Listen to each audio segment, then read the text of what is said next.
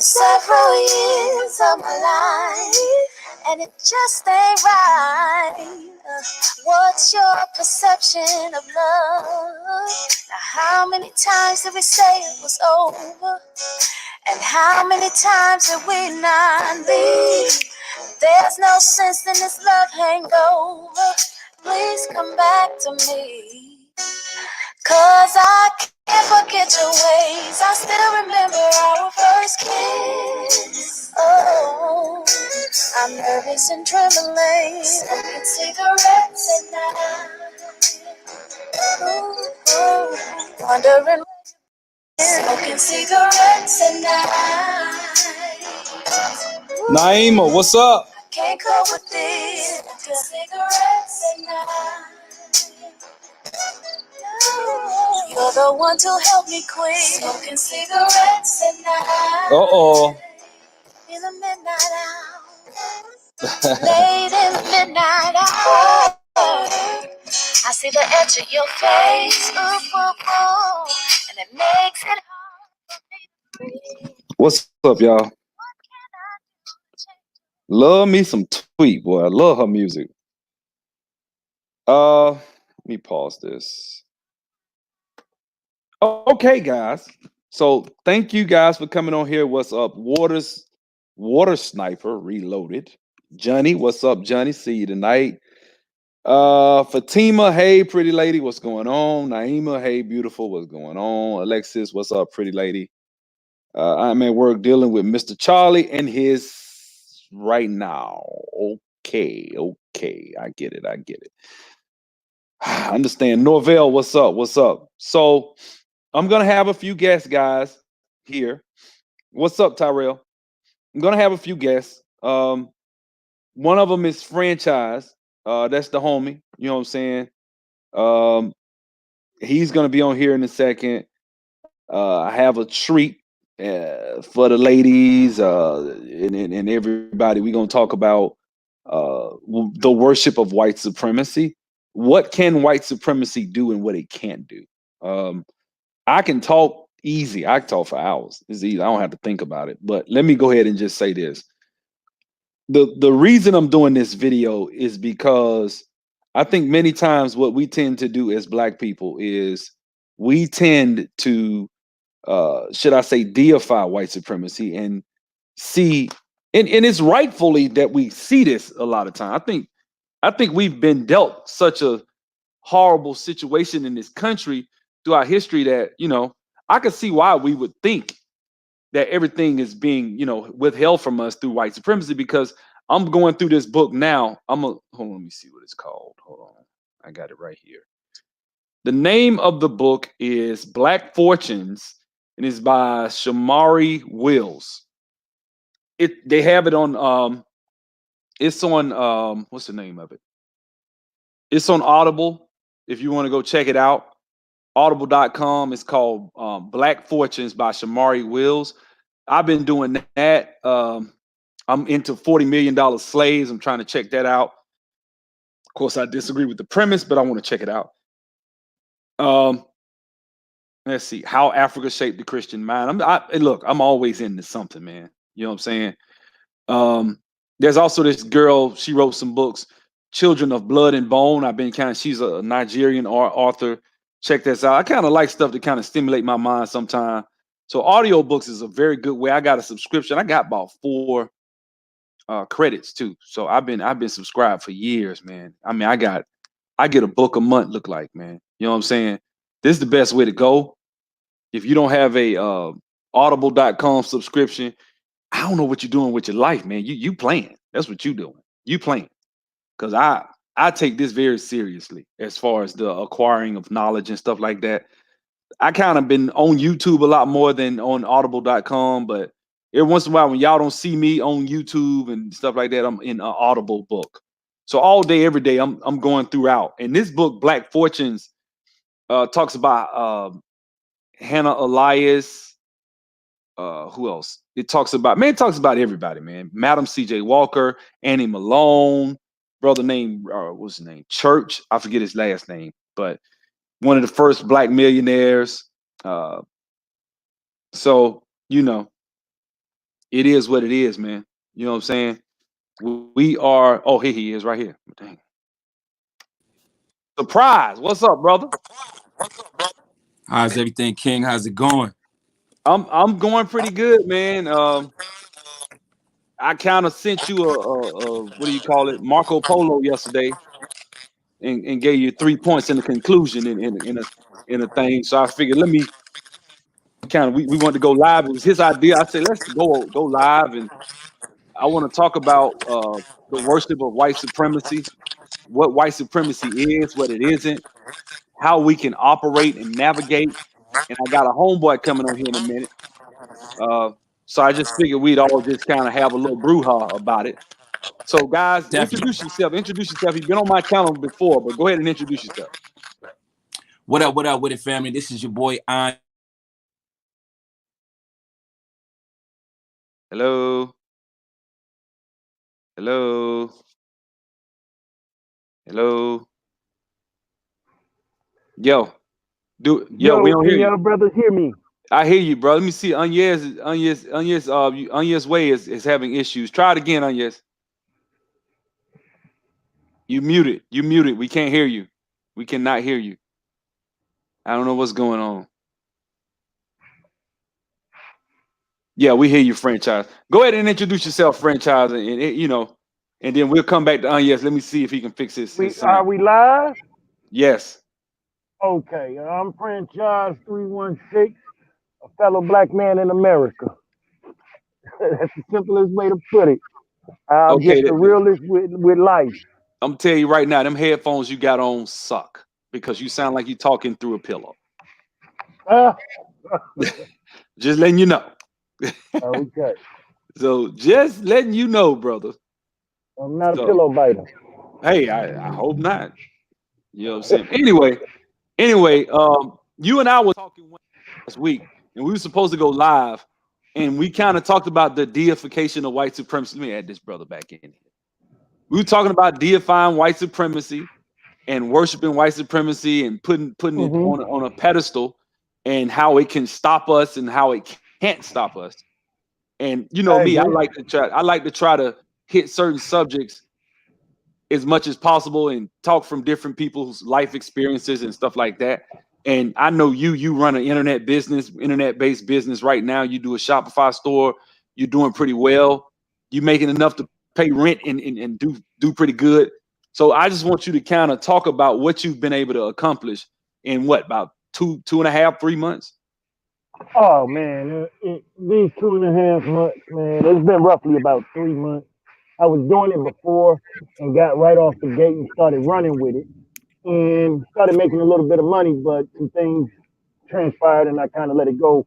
But my goal for this year, because of some things that we conversated about to inspire me to stick to some things and put some focus somewhere.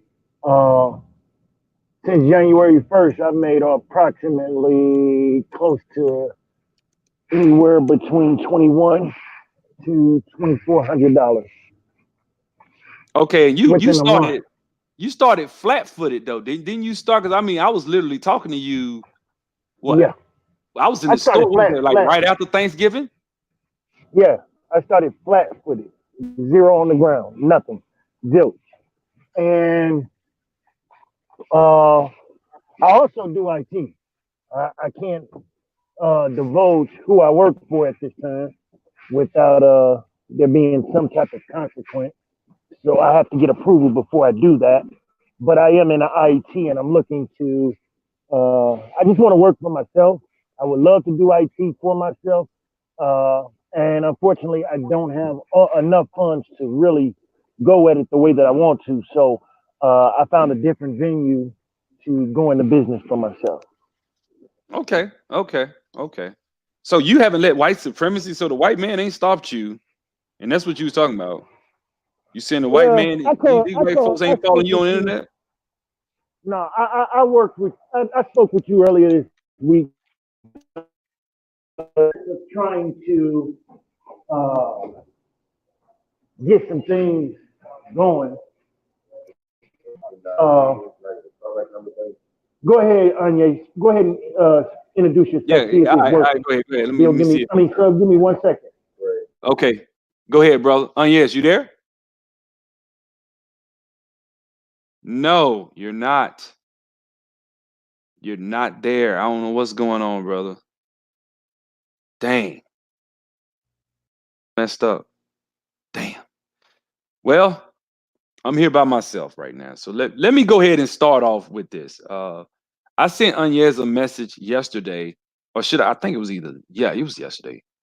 And I was just going back and forth with him on Marco Polo about the Tyler Perry situation. And I'm seeing a lot of videos, a lot of people turning on the brother.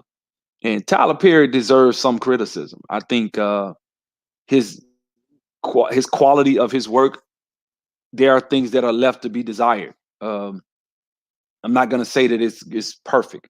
And I think that black people, when they make the comment saying, "Hey, we deserve quality material. We don't need to be getting no low end shit all the time. Black shit don't need to be cheap." Da da da. Whoop whoop. I agree. I agree.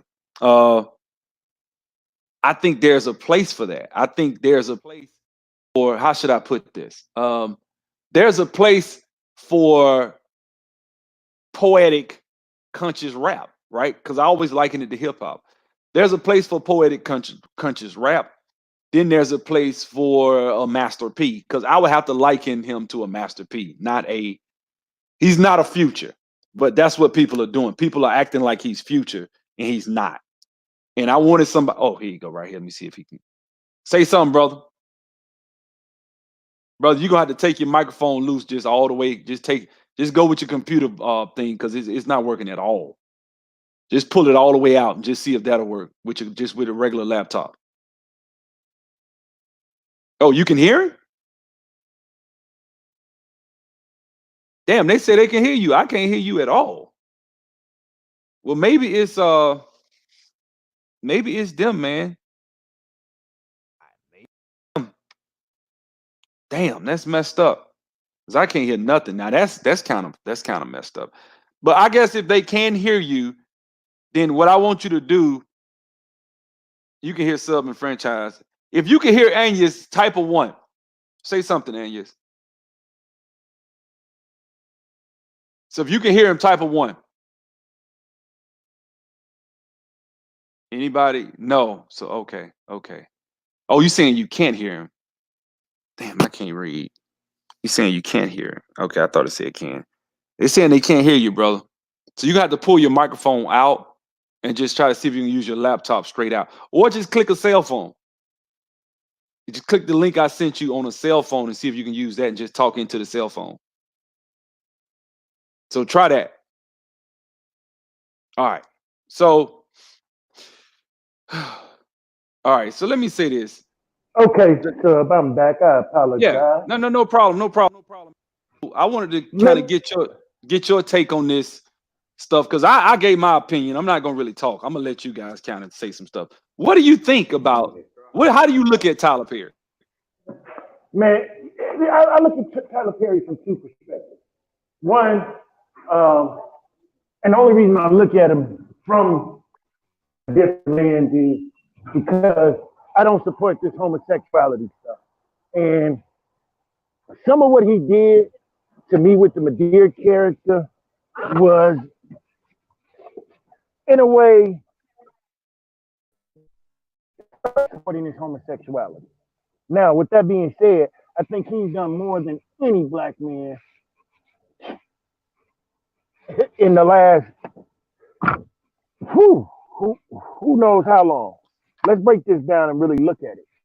Tyler Perry got thousands of black people at work right now. He doesn't have Michael Jordan money. He doesn't have Oprah money. He doesn't have Jay-Z money. Yet that brother took everything that he had and he has given back and said, you know what? I could go out to LA. I'm on and popping. They loving me. They giving me everything. I could go out there with them. Instead, the brother say, you know what? I'm gonna go to the Black Mecca right now in the United States. There is no, other place than Atlanta that is the Black Mecca.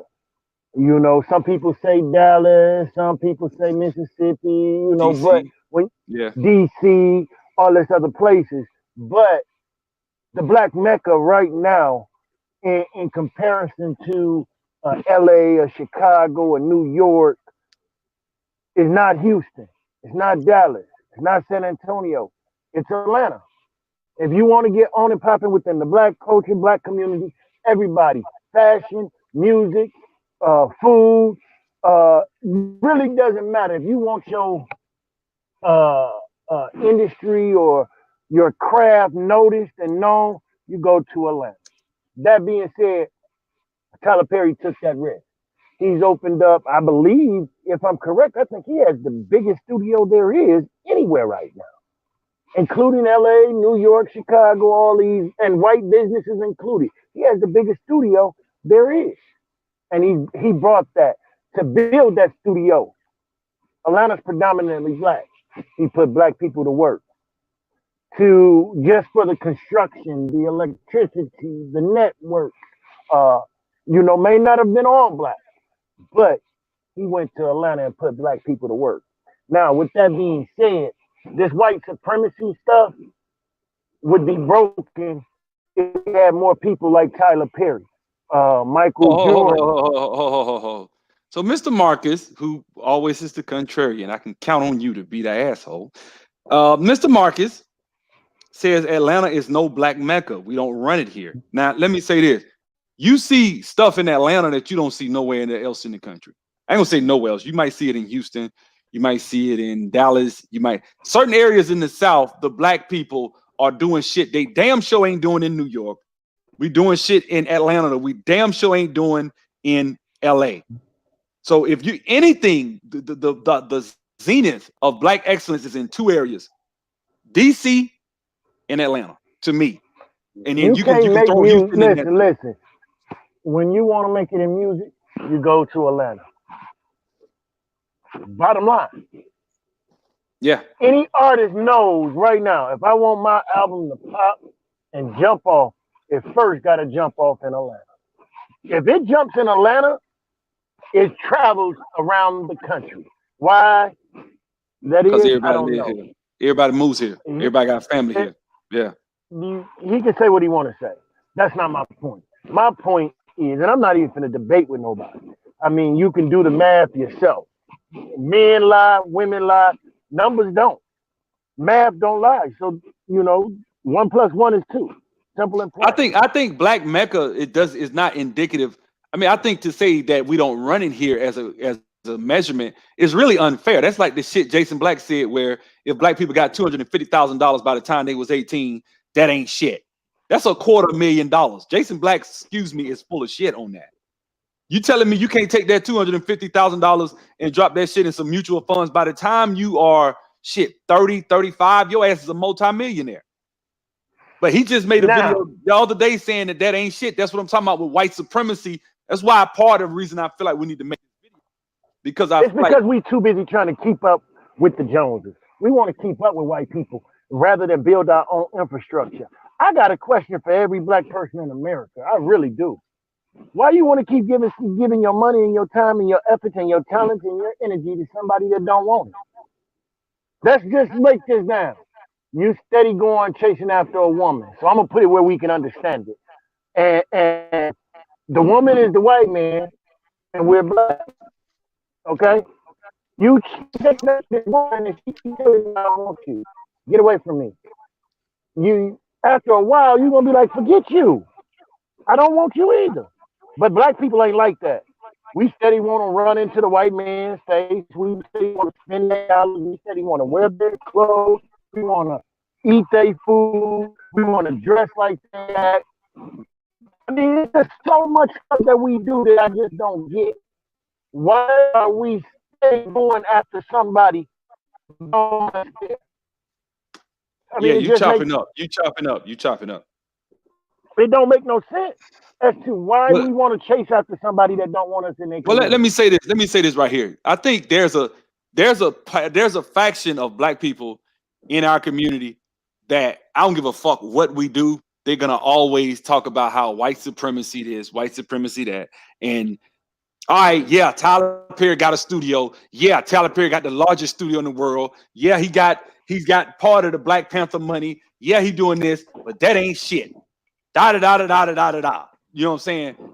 The other day I listened. He was talking about it was $60,000 as a child if you're from poverty.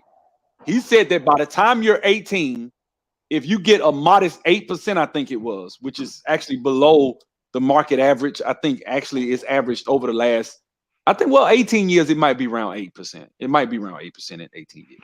So looking at 8% over 18 years would probably See return, that signal? you'd be at around $250,000. And for somebody to say that ain't shit, for somebody to say, for me to listen to Jason Black say, and I'm not shitting trying to go, Lord knows I ain't trying to go at him, but what I'm saying is, for him to say that you can't get started in real estate with $250,000, I beg to differ. If I got 250,000 liquid cash, which I've never had, I've had 100. It's a lot of shit I was able to do with that 100. I'm trying to tell you, when it comes to certain things, and what you said was you can't get started investing with that. That's nothing. That's barely enough to buy one house. Why would you go buy one house for $250,000? If you get $250,000 and you live in Alabama or you live in Georgia, shit, you go buy you about at least three minimum, maybe five, depending on where you are. Because I can go in Montgomery and buy five decent houses and get $800-900 a month in rent, $250,000 per house. So you can get $5,000 a month off of $250,000. Probably, I mean, bar none. I mean, I see that shit all the time. I see a $60,000 house that'll rent for $800-900 or $1,000 in Montgomery. So this is what I mean about the deification of white supremacy. We think that we so worried, and it's like this is another thing I don't agree with. Okay. Hold Let, on. let, let, let, let me say this. Let me say this. There is no excuse for any black man, any black woman in this country right now to walk around and say that white supremacy has caused me not to make it. I disagree with that wholeheartedly. Uh, all right. I disagree with that wholeheartedly, 110%. It is an excuse. Can't nobody tell me there's too many opportunities.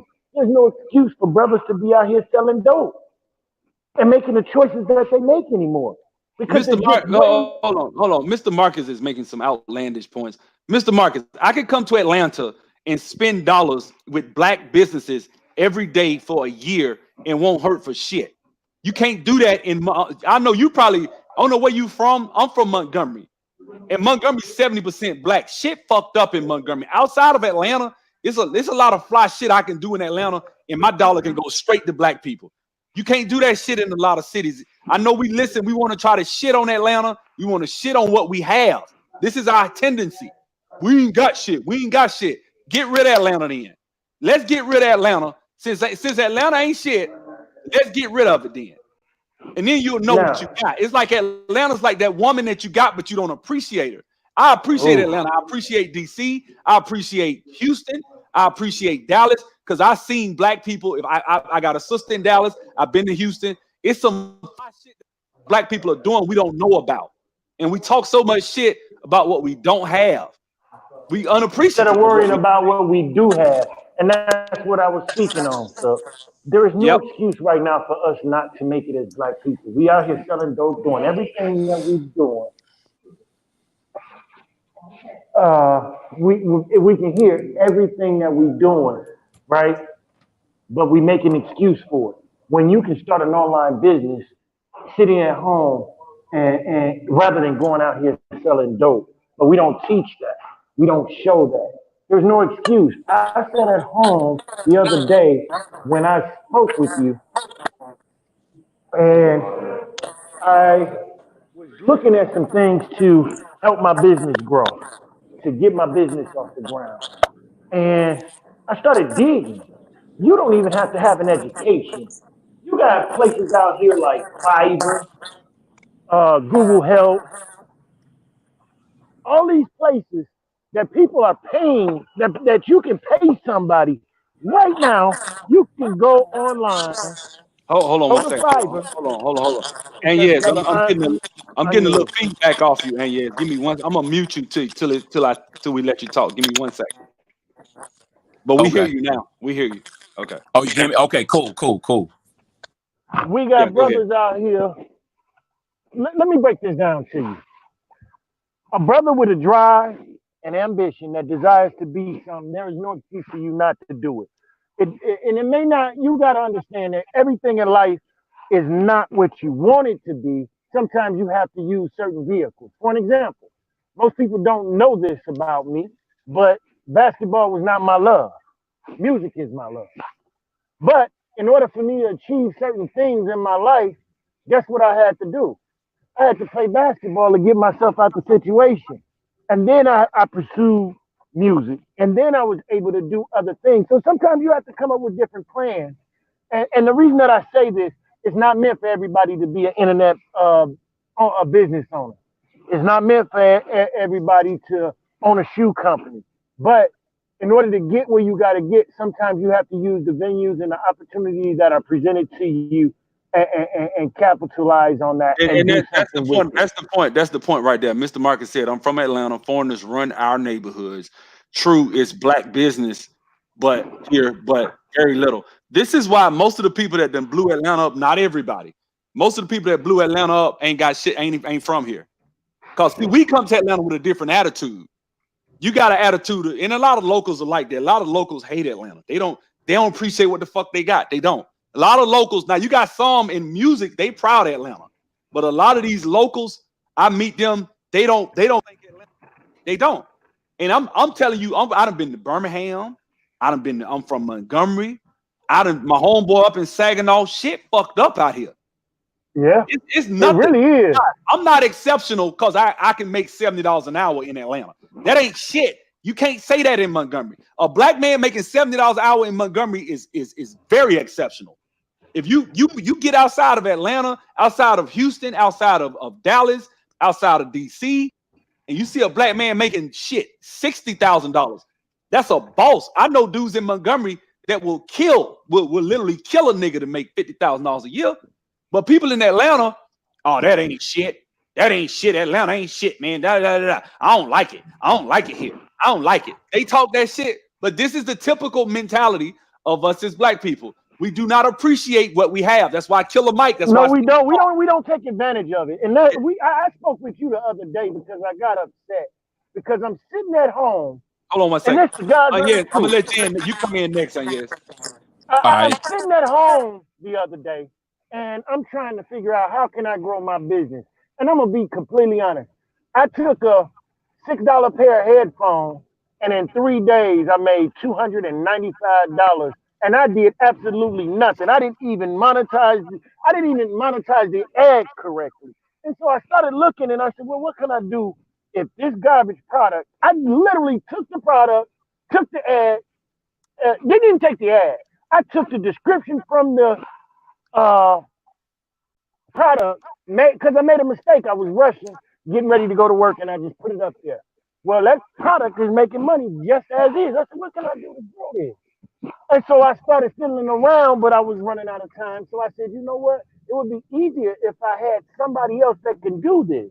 And I looked on Fiverr, and I started finding dirt cheap. I'll do your ad. I'll place a Facebook ad. I'll create your Facebook ad. I'll do this. $20, $15.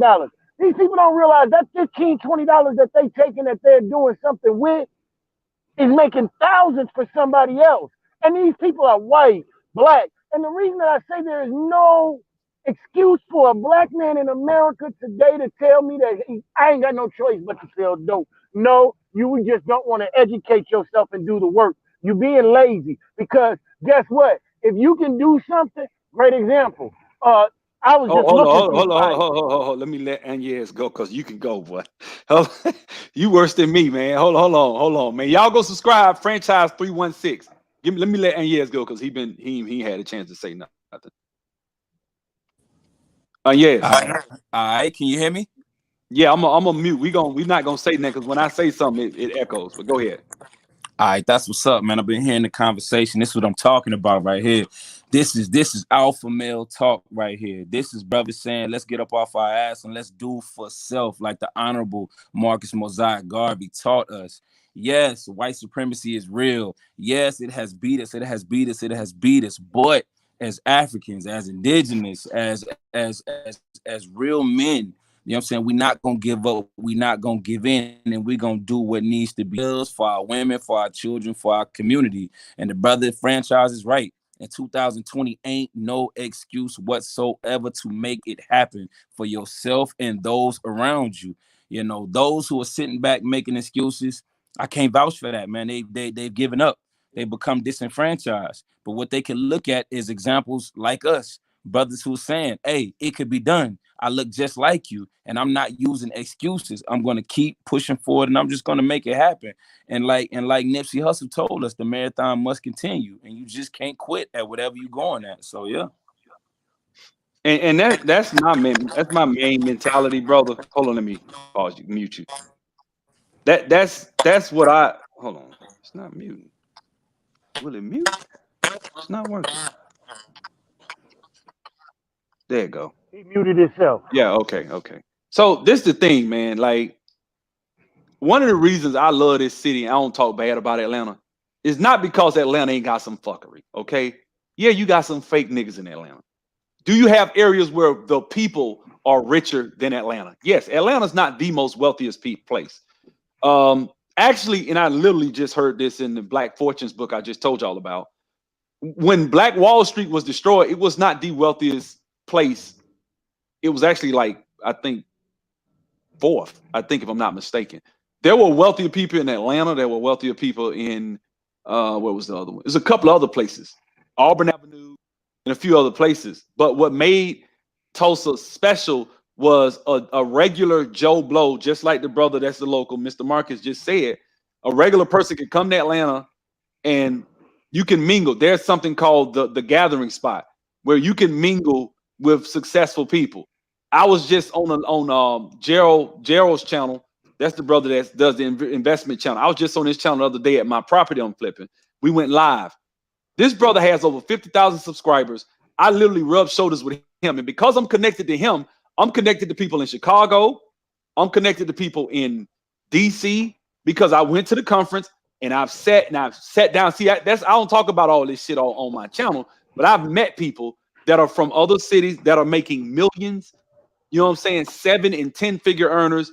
I'm sitting down with Sister Kim from Curl Mix, and we sat and talked for a second at the Traffic Sale and Profit Conference. My channel's a little bit controversial. She didn't want to go live, which I respected. But the sister was on there, and we was just talking about how I asked her what she did to build her company. I'm sorry, man. I don't take that shit for granted. I think we need to brag about and boast about our shit. I think this is why people want Oscars so bad, because Small Hats is named after Small Hat, right? They created that shit. Oscar didn't mean shit, but they made it like this our shit. We're gonna build it up, and now they made such a pumping circumstance about people winning an Oscar that it was a big deal. Oscar award winning. They would put that in their advertisements and shit. Now Black people feel like we ain't done shit unless we don't want somebody else shit. Instead of looking at, okay, well, what about our shit? What about what we have? And let's boast about our shit. Yeah, I would call Atlanta the Black Mecca, because if you get rid of Atlanta, it's a lot of shit you would lose. Black Hollywood, if anybody's black and they doing anything in Hollywood right now, they coming through Atlanta. More movies are shot here in this city than anywhere else. Yes, synergistically, that has to do with white wealth, but we're being able to become, at least Black people in Atlanta have a fighting chance. If you from anywhere else, I got friends that moved from Chicago, moved from New York. They told me, man, shit hard up there. There's a lot of economic barriers, but I can come down to this bitch with $40,000 and buy 10 acres of land. You know, I mean, check this out. This is utterly amazing to me. We popularized Prada, Gucci, Fendi, Dolce & Gabbana. What about John Nook, who's sitting in the hood right now making some out cold shoes? But because he's charging $25 for some shoes, and he hand making his shoes, and he takes pride in his work. He gives top of the line quality. He Shoes can't do that. outlast Dolce Gabbana. We don't want to buy them shoes. And he Cannot a black man. you cannot sell shit to black folks cheap. That's not what you do. I don't believe in that. I If know. I wanted some I shoes, I follow would that. sell them for $200. I would. Right. I follow that. But my thing is, why we don't support that? Why? Because it's not known. But his shoes out cold. But we Yeah. don't support that. You see what I'm saying? Why we got to go support something just so everybody else can know? We want to go spend and explain to me why you gonna go spend $1,000 on some Gucci frames. Yeah. For what? Yeah. It makes no sense. Yet you'll live in the hood, struggle, barely make it, and spend $1,000. You explain to me why? What? Granted, it was wrong in what the brother did. I mean, in what they did. What about that brother up in New York What that was his worked name? all What was week? his name? What was his name? What's his name? They asking for it. Oh, The brother that make the shoes. no, I use that as an example. I just What's use his that as an name? What's example. his name though? John Nook. I don't have his website. I don't have none of that. He up here in Michigan. He's in John. Detroit. John Nook. How you spell it? Nook. Nook. Nook, whatever. J But O he A got some T N or out. Jon? Huh? JOATN or JON? Jon. He got some out cold shoes. Okay, I put that Selling in them for there. 25 and $30 up in Detroit. Out cold Okay. shoes. And he hand make them. But what about the brother, the young man that was in New York a few years ago, went into, I think it was Neiman Marcus, to buy a Gucci belt. He had the money in his pocket. They arrested him and belittled him and all of that, and he still bought the belt. There's no way you got my money. You gonna call the Oh, you police talking about on me. from Barnes, New York? I know what you're talking about. Yeah, that brother bought a Brother, Ferragamo belt, a $350 Ferragamo belt. He worked at a fast food restaurant. right. But you Yeah, went and bought a 300. See, that's ignorant. That's idiotic. But we don't speak on that. I understand, you got desires and won't. That's because we brainwashed into the system and don't want to accept it. I don't want to be where you don't want me. If you're not inviting me there, then there's no need for me to be there. Bottom that's line, it. I'm not gonna force you to take my money. I'm not gonna force you to let me eat at your place Well, when that's I what. can go Hold on. home and cook. That's exactly what Tyler Perry said. He's the only guy who I've heard who's made it. I think he's at least north of 100 million. There's ever said some shit like that I heard out my mouth, outside of Dame Dash, of course. But him and Dame Dash, the only two I heard talk like that. And Tyler Perry has put his mouth up and is creating other people, making and influencing others. Let me let Anyez talk, because we gonna Anyez, you there? I'm there, brother. Y'all cooking in the kitchen, man. And it sounds like the foundation of this dialogue just comes from our psychological woes as a people. You know, the things that we struggle with, how this country has just beat us down, and that's why it's so important for all of us to start accepting some type of mental health care, for us to start accepting some type of motivation, some type of inspiration. We all need inspiration and motivation that we can do it. We can do it. And it starts from the youngest age. You know, we have to be pumping this motivation, this inspiration, and this information into these children that we can do it. We can do anything that we need to do. And we could do it amongst our own. We can build amongst our own, like the examples that you gave, Sub. To come down here to Atlanta and say you can't do it, man, you playing games. You playing games if you can't make it happen in Atlanta, because if it's anywhere in the world you can make it happen, it's I right mean, you here. name it. What you want to rap? You want to dance? You want to do modeling, fashion, whatever you want to do. Exactly. But we gotta have that confidence that we could do it. We got to get up off our ass and start building connections with people, and we got to be willing to take that long, hard, slow road. That That's slow the hustle. problem. We don't want to do that. We want to we Exactly. want we want to make it and ball out. We want to make it and have the fun. Those are the things that we want to do. Exactly. So we're gonna have to come to terms with, you know, how this journey goes. It's a long, hard road, and you gotta be down for the long road. You know. That's it. That's it. I believe that, guys. Let me tell you something. I'm gonna say this. In America, I agree with Ray Gun. If you're in America and you are an American citizen, you will go through rough times as a black person in America. But I'm gonna tell you something. You are the most blessed black people that have probably ever walked the face of the earth as far as opportunity. Now, there are some things that there are some obstacles that we face as black people in America. I won't deny that.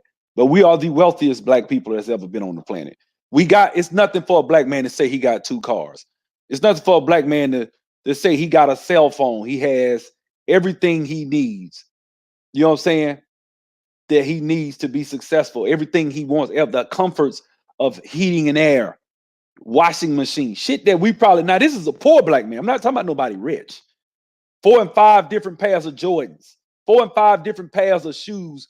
You know, instead of just 1 or 2 pair, your Sunday best and your work shoes, and maybe some jogging shoes. Those are the only 3 shoes that people have. Some people have, but now it's nothing for you to have 10, 15 pairs of shoes, a closet you running out of space for clothes. These are poor people I'm talking about. Stomach never empty, never starving, right? Able to go and take a hot bath in the house. You know what I'm saying? You got transportation. You don't ride the bus. I'm talking about you. Everything. We're blessed, guys. We're blessed. That's just the bottom line. We are a blessed people. And I think we need to. I know everybody is not a Christian. I'm not saying everybody should be, but what I will say is when we were in the church, I feel like we kind of, well, we were forced. So I ain't gonna say that because we were kind of forced under segregation. So they all kind of timed perfectly. As soon as segregation ended, we left the church. So I can't say per se that it was just the church, but I will say there were certain moral things that were because of that. But I do think economically, man, even under Jim Crow, like that's the thing. And so I think black people need to be more aware and protect people like me. I didn't like what I saw them do to Bill Cosby. How about you, Agnes? Same thing. I didn't like that either, and I feel like that's a perfect situation to where we were supposed to come out as a people and support him, but behind closed doors, we were supposed to hash out, our true differences about it. Because I know certain women felt a certain way about Bill Cosby in his past, and certain brothers felt a certain way about him. But as a people, we're supposed to stand as a united front in front of media and in front of everybody else. We can air out our differences behind those closed doors because it's a time and a place for everything. And just to build on the last comment that you were just making, you're right. We're a blessed group of people. We're a special group of people. And we got to understand the greatness that we've come from and all of the things that our people have overcome, all of the greatness and things that our people have achieved. And we have to start understanding our powers and honing our powers to help us out and to help our people out, and ultimately to help get this world back on the right axis. I mean, that's it, man. That's it. That's the problem I see. This is why I talk about the deification of white supremacy, because you will always feel like white supremacy has you shackled. And when someone comes along every once in a while that does something, let me tell you something. It's rare that I'm gonna find a brother that I line up with on every issue. But if I see a brother who, okay, he wears the dress, I wouldn't like that shit. But I'm gonna be real with you. Tyler Perry was doing that back in '92, before it was, before we had the internet and everybody was woke. He was doing it back then. So I'm not shitting on him for mud deal. I'm not. What I will say is when he got up, he took his people along with him. A brother like that has shown a heart, that has shown that he has a heart. I don't give a damn if he has nursery rhyme level writing. Like people, oh man, the writing is horrible. Da, da, da, da, da. I'm scrolling through YouTube. Everybody's making all these reviews. I'm like, damn, did they make these reviews for these whack ass movies that these white folks be putting out? No. Why they got it? It's so many reviews shitting on one Netflix special, and they all black. Everybody's black. Like, look at it. And who are they shitting on? A guy who just built a 300-acre facility right in the heart of Atlanta, and he talking about he want to build his own table. And all of a sudden, mysteriously, somebody done program black folks. Because that's what we got to look at. Who controls the algorithm? That's the problem right there. Who owns these? We've been programmed. Yeah, who owns this shit? Because you got to look at it. I'm like, okay, Tyler Perry, damn, he get that thing, and literally months later, he's getting destroyed by black people. Not, and it's like, it's certain black people. I think now when I hear people say the word agent, a lot of times I'll be like, man, ain't nobody no damn agent, man. But now I'm starting to. I believe it. Because I'm like, damn. They trying to get this brother destroyed, trying to destroy his. One brother had a video. He has to be stopped. Like, what the fuck? What? Oh, wait a minute. So a brother is out here honoring people who never got recognized with Oscars, people who nobody, the white folks wasn't giving them shit. Cicely Tyson, Sidney Poitier, nobody. We respect. Those are our heroes. And we Nobody don't even give them the honor and respect that's due. Even worse than that, you know, as great of an actor as Denzel is, people say, "Oh, now he done made it." Why? Because he got an Oscar. A fucking Oscar. Yep. He's good. He's the best. Well, God damn it, Jamie Foxx deserves an Oscar. Mm-hmm. I'm gonna tell you, he deserves an Oscar for the movie Ray Charles alone. That's actually his second Oscar because Denzel got an Oscar for Glory. Then he should have got an Oscar for Malcolm X. If you just want to keep this shit right, real. But they gave him an Oscar for Lonzo. What's that damn movie? Yeah, Training Day. Training Day. They love us when we acting like niggas and foolish. Look at Halle Berry. That shit ended her career. Yeah. Halle Berry said she got so much hate from white women when she won that Oscar. They hated that shit. Monique said that. Now Monique was talking about Lee Daniels, but guys, if we want to ever break up that shit with Lee Daniels and Oprah and the shit that they doing in Hollywood with certain black people kind of acting as gatekeepers, which is what who said that shit? That's what was it Cat Williams? I think it was Cat Williams that said that. They said certain people get in positions and they kind of act as gatekeepers and don't let people in and they let who they want in. You want to stop that shit? You need a black ecosystem. And that's what we have now. With Tyler Perry is creating an ecosystem. You protect people like that. You protect them. I don't fuck the dress. This is okay. That's the dress. Right. It came from the guy who I didn't want. I'm being like, I don't want nobody wearing no dress. But if it's gonna come, I'm gonna accept it and then strain out what we got to and use it. This needs to be in the ecosystem. We got to start building the money that we got going through. We didn't have this conversation. Black people by themselves alone support this country, and I don't think they realize it. They support this country because you spend $3 trillion on nothing. Why is it that a Korean can come to this country, live in the back of a stove? Matter of fact, Chinese come here, they live in the back of their restaurant for 4 or 5 years, saving up all that money so they only have to spend one bill and become filthy rich because we going to the Chinese store. Let me get 3 teriyaki sticks, Chinese rice, pork fried rice, and some orange chicken. And they'll work like a slave from sun up to sundown in that restaurant. That's too much for black people. I can't never do that. And then they talk about the black man that chooses to do it. And then not only do they talk about him, but they don't even support him. When the black man says, I'm going to open up a rib shack, I got good ribs. Yeah, he got good ribs. But then it's also on us, the responsibility to do business correctly. Because when we open up restaurants and businesses, oh, we out of this, we out of that. We got it on the menu, but we don't got it. Oh, no, I'm out of that right now. We got to start doing things at a professional level, man, and start having not quality, but concern and quality work with what we do. Meaning that we take our business professionally. That we take. Hold on. I'm gonna unpack that a bit, and then I'm gonna let Anyez go. But let me unpack that for a second, guys. Let me explain something. Tyler Perry did some quality movies. He has. Not every movie Tyler Perry has done has been, every movie ain't been Daddy's Little Girls. I love Daddy's Little Girls. I loved for the reason he put it together and the way he put it together. I liked it. Temptation was a damn good movie. I like that damn movie. I don't give a damn what nobody say. That was a good movie, man. Yeah, scary too. Acrimony. Oh, scary, frightened to death. Yeah, Acrimony was good. But guys, let me tell you something, man. Black people, one thing I learned, man, I will go somewhere sometime and black people will give me food might be cold. I might not get the best shit. I will take it in there and I will say something. Sometimes you might get attitude from certain people. I'm going to come back. I'm going to keep coming. You know why? Man, we got to stop that shit. Don't say no. You will get the same shit at McDonald's, and you will take your ass back to McDonald's. Don't tell me you ain't never got a hard burger under that damn light for an hour, and you try to bite into that bitch and it's damn near break your teeth. Then don't tell me you ain't never got no cold ass fries from McDonald's. But you take your ass to McDonald's, don't you?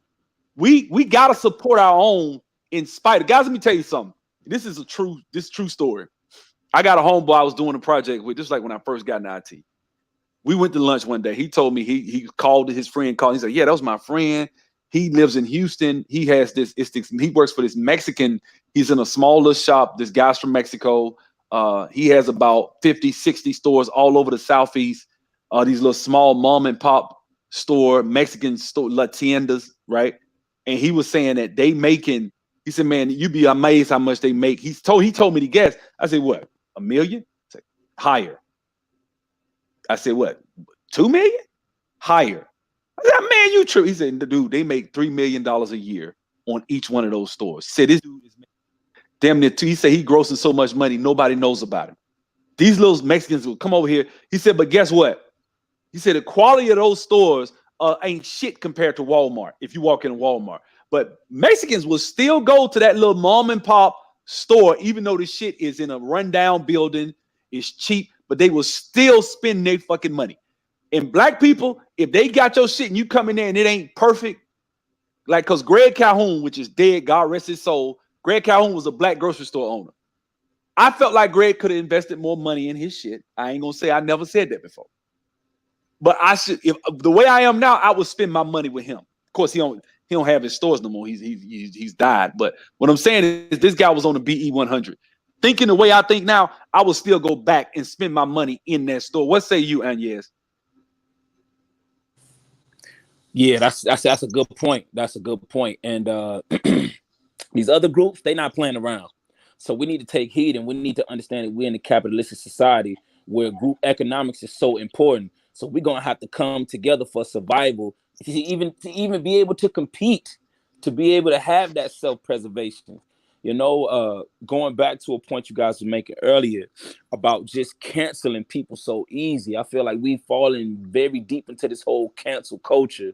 And I think we need to sit back and really reanalyze how we move with this. Meaning, maybe we need to set some type of standards out before we start to just cancel a person so quick, because if we can deem as a group of people that, man, this person, even though we don't agree with this and this that he did or she did wasn't detrimental to us or detrimental to the community, to the children of the community, or to women of the community. So we can give this person a pass on this, but we definitely do need to have a conversation with this person so that he or she can see how, his or her ways aren't the best for the people. So it's all about communication, establishing standards as well, and not just being so quick to just throw people away, because some people could be that much more beneficial to us than detrimental to us. Going back to Tyler Perry, if we have, or certain ones of us have gripes with him, he has a studio. He has built something to where we can go over there and we could put some work in. You could put some amazing work into the day to where maybe he even acknowledges you. And now you start to have a relationship or some type of communication with him, and you start to build with him. You start to learn from him. Let me come in 1 second, bro. Because I want you. I'm gonna bring you back up. Give me 1 second. No problem. So guys, let me say this right here. This is one of the things that bothers me about this generation of black men. I'm gonna be straight up, and I'm one of them. I'm a black man. We all us on this panel of black men. But I got to say this shit. We want what we want to see. We want to see a motherfucker that will do business with white folks, get funding from white people, right? Meanwhile, telling white folks to their face they ain't shit but being funded from their money, right? Then when you get up, he buys his own studio, makes movies showing black men in a strong, positive position and shit like that. But the whole time he's saying fuck whitey. That's what we want. And the main niggas that'll talk shit like that will not donate a fucking dime to a black man to do exactly what they trying to do. Number one. Number two, when you trying to do some shit like that, you are not and will not contribute to the shit. And this is why when black men have tried to do shit for black men, it doesn't make it that far because a lot of black people ain't getting supported. A lot of people on the internet bitching about it because we want to tear shit down as soon as somebody want to do something. Tyler Perry, you will not. Let me tell you something about being an American. You in this country, you ain't finna get your ass out here and be able to navigate politically with some of the shit that I hear some of these niggas typing in my comment section with the way you looking at shit. Because I'm going to tell you something. I'm going to go ahead and go there for a second. I'm sorry. I can look at a Tyler Perry movie. I think, I'm going to be honest with you. I struggle to see where he's man bashing on some of them. Some of them I can see what somebody, okay, maybe Diary of a Mad Black Woman, maybe man bashing, maybe. But let's be honest. It's like that. And women can relate to that shit. That's why he making money. He puts asses in the seats. That's why he can do that shit, build up an audience, and then do some shit that's whack, which I will agree. Mud Deal Boo is weak as hell. Halloween Boo movie. He did 2 of them motherfuckers for a money grab. Then he opens up a studio. Power move, playing chess. And we so stupid, because we want to be woke and conscious. We so woke and conscious, we can't see shit. That was a power, that was chess, man. Damn. My bad, man. Go ahead. I'm sorry. Go ahead. Nah, you good. You kicking it. And to build off of that, that type of rhetoric, which, a lot of it I agree with from time to time, is just not realistic or or intelligently strategic to move that way behind enemy lines. We have to be strategic. We have to play chess within this game, and we have to understand even the repercussions of coming off like that. That you can't just move around freely. You can't just do what you want and obtain specific desired outcomes coming off like that or talking like that. So you got to move wisely, and we have to learn to learn from these type of peoples like a Tyler Perry that's in position to help us make power moves. If you don't agree with him, learn from him, sit up next to him, learn how he mastered the game, and then build an empire, then do it your way. Sometimes I even start to question to myself, who are putting out these narratives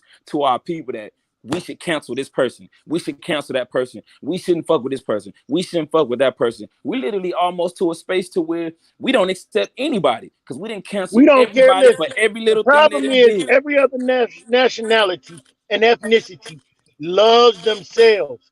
We hate ourselves, and we don't want to accept this because that comment I just read talking about you can come to Texas and not work with Mexicans. So what? What about loving being black? No, What no, no, about no, no, no, caring no, no, no, about? no. He was actually agreeing. I think he was agreeing. But go ahead. My bad. Oh, but my thing is, what about caring about us?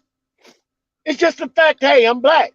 I care about you just because you're a black man. I know your struggles. I want to see you succeed. So I'm gonna do something that cares. Because the problem is this hip hop culture is the root to the evil, and I just have to say that this hip hop culture is the root to the evil.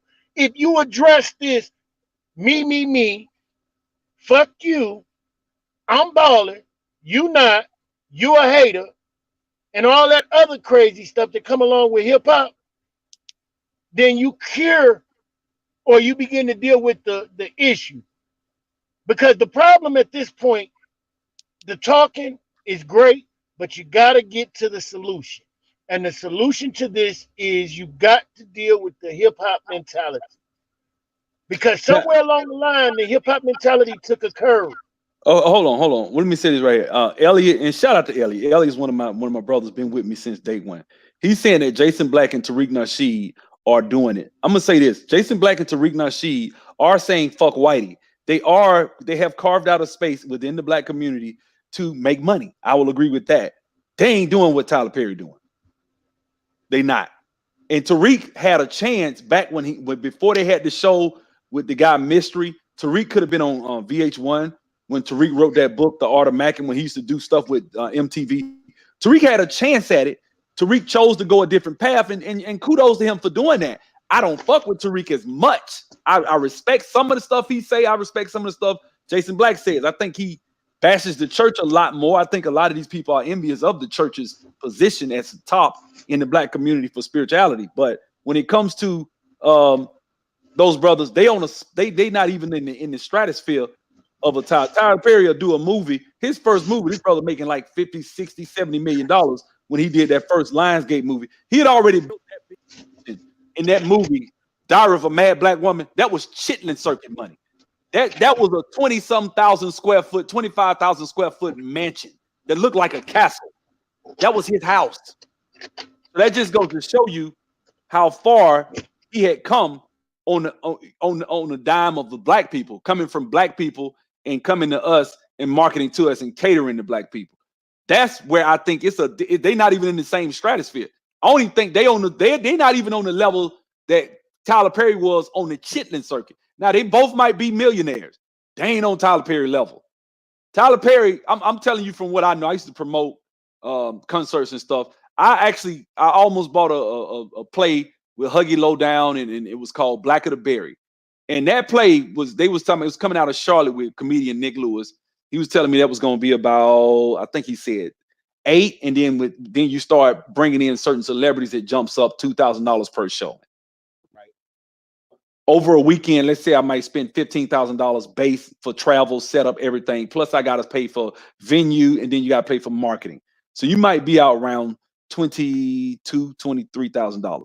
Now you do that on Valentine's Day, you're gonna get your money back because you can sell tickets for $45 and easily sell out in a city like Montgomery.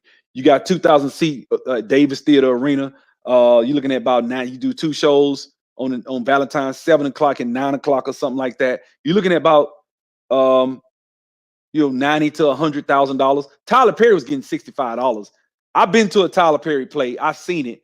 The level of quality of his plays. Now he has mastered plays. Those stage plays are masterfully put and very well. Him, David E. Talbert, those brothers are wealthy as hell. We just don't know it. They rich as hell. When it comes to Tyler Perry would go on tour like 6-7 months out the year and would be going all over up to New York. We call it the Chitlin circuit, which almost is an insult to our shit that we need to be proud of. But what we would do is he would go all the way up the East Coast. He would come down, go up through the Midwest.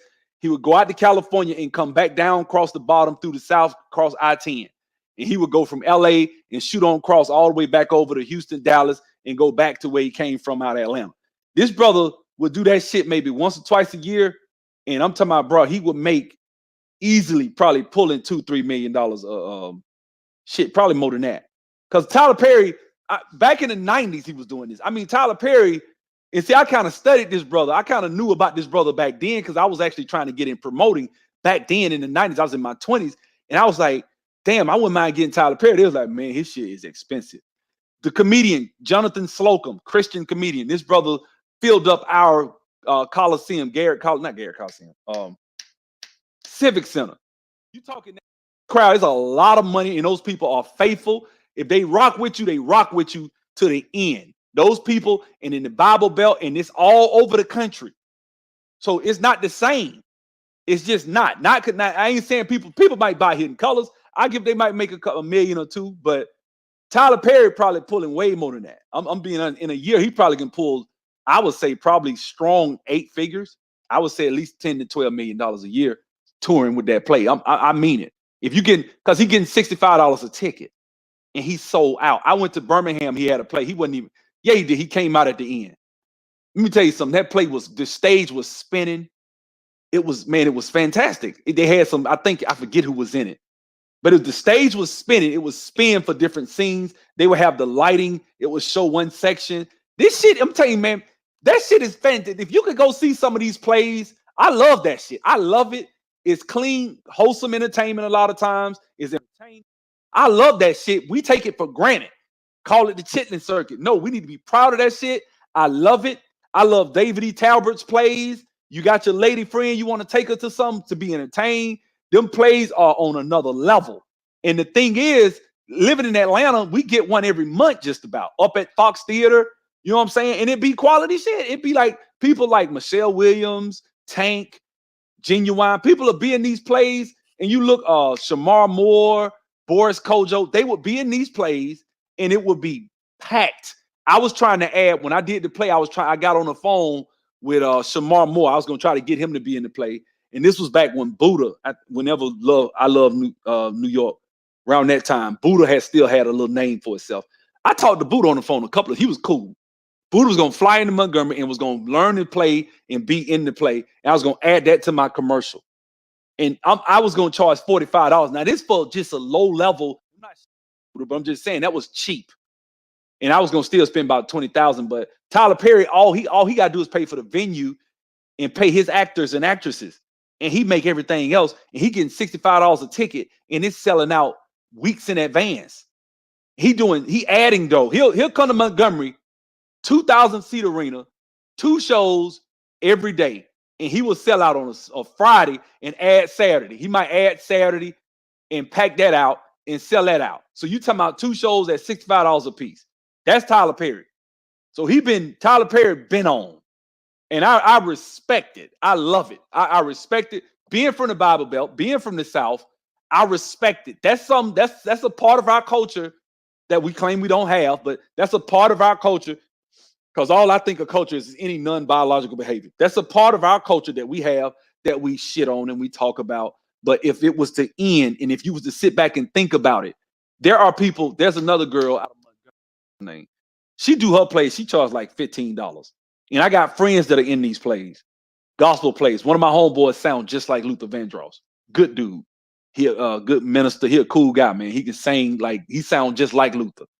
You don't want to hear him say, let me. What's the song? I forget the name of it. But he do that song. And then my other homegirl, she can sing. And they tatted. And she was on The Voice. And actually lasted a while. She was on The Voice. She's from Montgomery. Let me tell you something. That girl, and they do a play. And then this brother named Rodney Wilkerson. You can go look him up. That brother can sing his butt off. He will do Near the Cross. Because see, Montgomery, and I'm not trying to talk, but a lot of people, see, I'm from Montgomery. So a lot of people from Montgomery, you have this drama department, and Alabama State has a drama major. That's where Octavia Spencer came from. That's where a couple of other black actors and actresses that you see in Hollywood came from. Dr. Stewart is the wife of Samuel L. Jackson in the movie Time to Kill. She played his wife. That's who Dr. Stewart is. Let me tell you something. It's a lot of drama trained people. They take that shit serious in the South. Because it's people coming up out of these HBCUs with these drama degrees and stuff. And you can make a nice living in plays just traveling, and people don't even know. And you got people like Patrice Lovely. That's my homeboy ex-wife. That's his last name. His name is Alton Lovely. That's his last name she got. The lady that got the show that everybody be calling buffoonery with I forget the name of it. Patrice Lovely is the old lady. She plays the old lady on it. She can sing her ass off. This brother, her husband is a musical genius. He's a gospel, came up out of the church. These people, I'm telling you, you want to talk about some black excellence. You want to talk about some black wealth. These people that's doing these plays, it's like David E. Talbot and all these people. These people making a killing, man. We don't know nothing about this stuff. And we talk about these people like, and so that, and I'm not trying to disrespect the I don't even do movies, but I'm just saying, I ain't on that level. They doing way better than what I am and what I'm doing. So I'm not trying to talk and put them down. I'm just saying it ain't even close. I wouldn't even say it's close. They doing their thing, but when you want to talk about maybe one weekend, okay, and you get it all at all those movie theaters, okay, cool. He making money. But when you want to add up, those movies are like $15, $20 tickets. Man, we talking about $65 in 2,000 seat arenas twice, 4, 5 shows in a weekend. Then he'll hop literally 90 miles away and go to Birmingham. He'll come to Montgomery, do 4 shows, go to Birmingham, do 4 shows. I'm talking about on a weeknight, and it'll be packed. Hey, sub, I got to throw something out there. Go ahead. It's somewhat on topic and it's somewhat off topic. What do you think about if LeBron James' son did go to a HBCU? Because they offered him a scholarship already. I think he's the type that really don't have to go to a major D1 school, but he gonna wind up at, if he is one and done, it's gonna be Duke. But he probably he should go to a HBCU and average 25, 30 points and going on to the league. He gonna lead the nation in scoring if he go there. And just every ESPN is gonna give it that spiel, then he could probably go there and get somebody else to go with him, because there's another cat that play on their team that's actually the number 1 player in the country in his class, and that boy is sick. He way better than Bronny, but So it is what it is. But go ahead, yes, man. I've been talking for a minute, man. Go ahead, bro. Nah, you good brother. The one thing I was thinking about with that question that franchise just asked was, man, what if we had such a commitment and understanding and loyalty to our people to where in a situation as such, let's say if we either one of us is LeBron James, and the plan is, hey, you know what? Y'all can go do 1 year at a D1 or Duke or Kentucky or whatever one of them schools, but y'all obligated to do 1 year at a HBCU. You know what I'm saying? I want y'all to all team up. You know what I'm saying? At a couple of them, one or two of them HBCUs, and bring that money, all of that media, all the millions down to these HBCUs for at least 1 year. At least give them 1 year before you go to the league. I know you want to do a year D1 or whatever, but at least give 1 year to the HBCUs to bring some of those finances back to these schools because they deserve it, and our community needs those schools. And back to reference, I think his name was Elliot, his question, because he referenced Tariq Nasheed. I'm not sure in the way in which he referenced him, but the comment popped up when we were talking about, when I was asking who was putting out these narratives of, people that we should be against. And so when he asked that question about Tariq, I just put two and two together that Tariq, because it's my opinion, and I do agree with some of Tariq's work, but I have a lot of issue with a lot of the energy and a lot of the messages he puts out there that are very divisive, telling us to leave certain people alone, telling us to cancel certain people outside of looking at where a person came from and why they are the way that they are, and allowing their plan to fully unfold in front of us.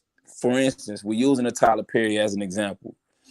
This man came from nothing and made it into something. Yes, we may disagree with the Madea and the dressing up or whatever, but he got it out the mud. He hustled up. He found a lane. He took over that lane. Maybe he won't be doing Madea for forever. You know what I'm saying? But He he already did said that. he stopped.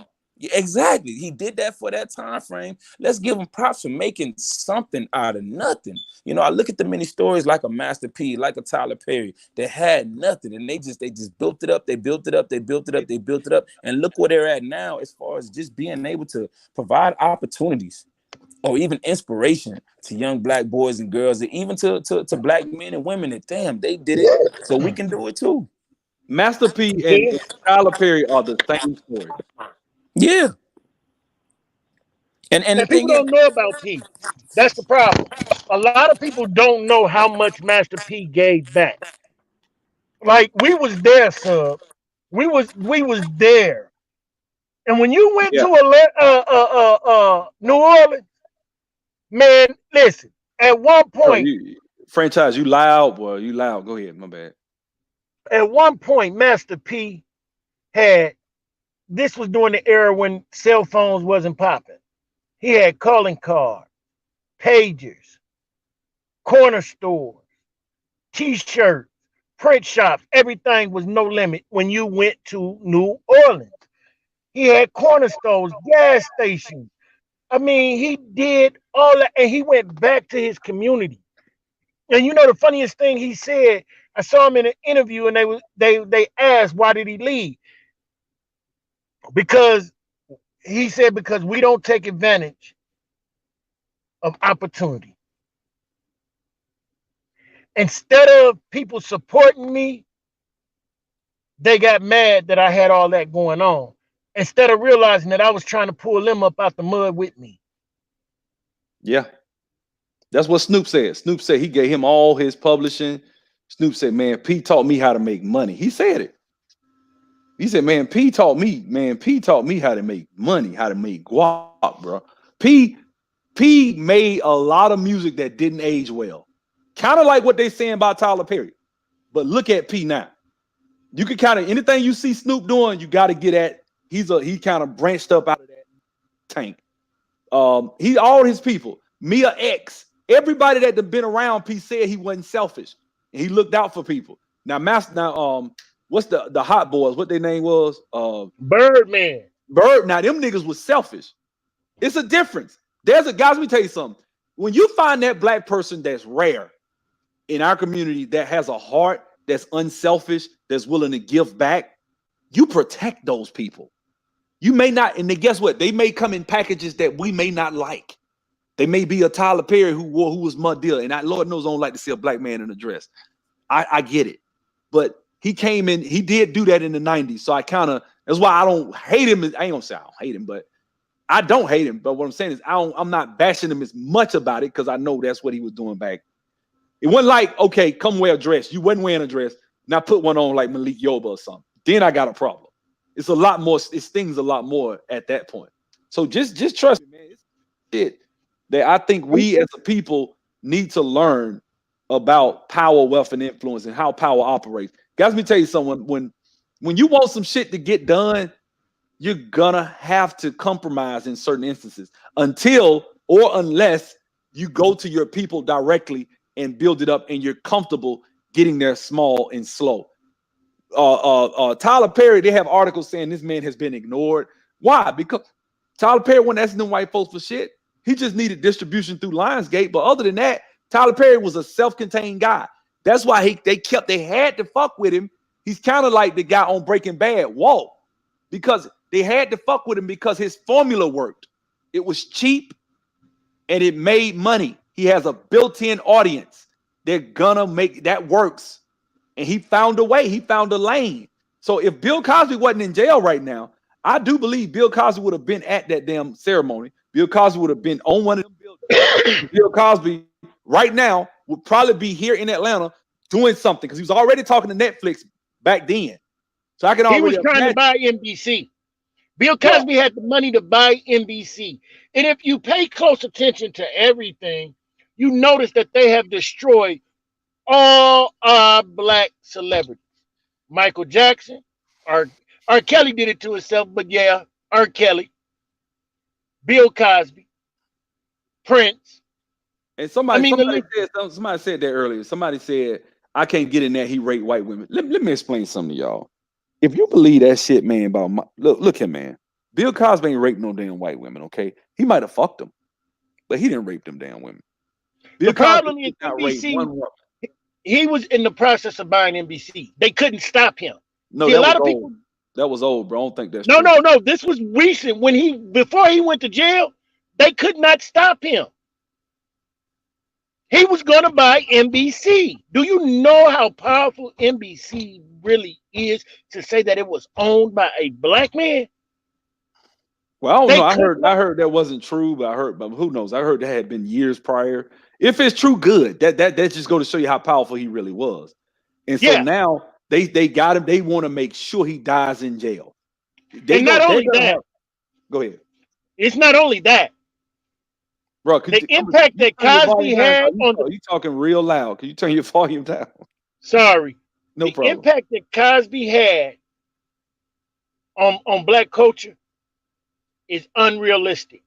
Yeah. In the fact that if you notice since Bill Cosby, you don't see no more Cosby shows. You don't see A Different World.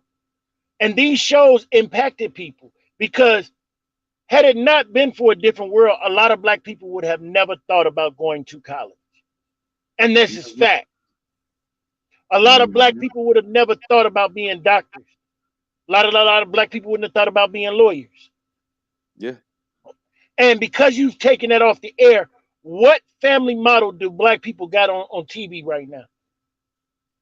In the culture? Nothing. Family Matters is the closest thing that you see. I agree, P. City, that he probably shouldn't have, but let me say this right here. Cosby been fucking with these white women since the 70s, since the 60s. So, I mean, that's like saying, you get what I'm saying? That wasn't why he went down. I don't think it was because he fucked a white woman. Time magazine put all them white women on that cover, and that fucked them over. Now everybody thinks that this man has raped, gave women drugs and raped them, which well, let me ask you this. I got to put something out here. Even if he did it, why y'all wait 20 and 30 years? Yeah. Why they you gotta ask yourself. They bent the law to get him. Huh? They bent the law to they unsealed a sealed document in court, which wasn't supposed to happen. They doctored up and made I forget a crazy I forget what they call the court.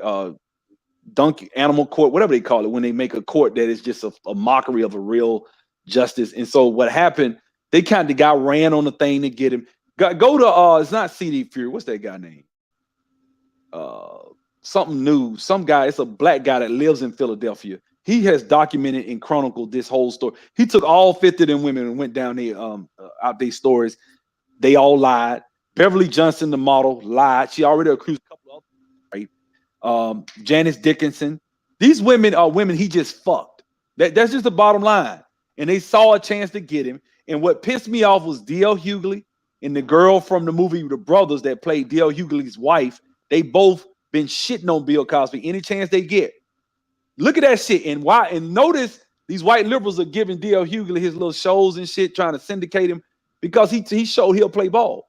D.L. Hughley been campaigning to get white people on his team for a minute since after Kings of Comedy.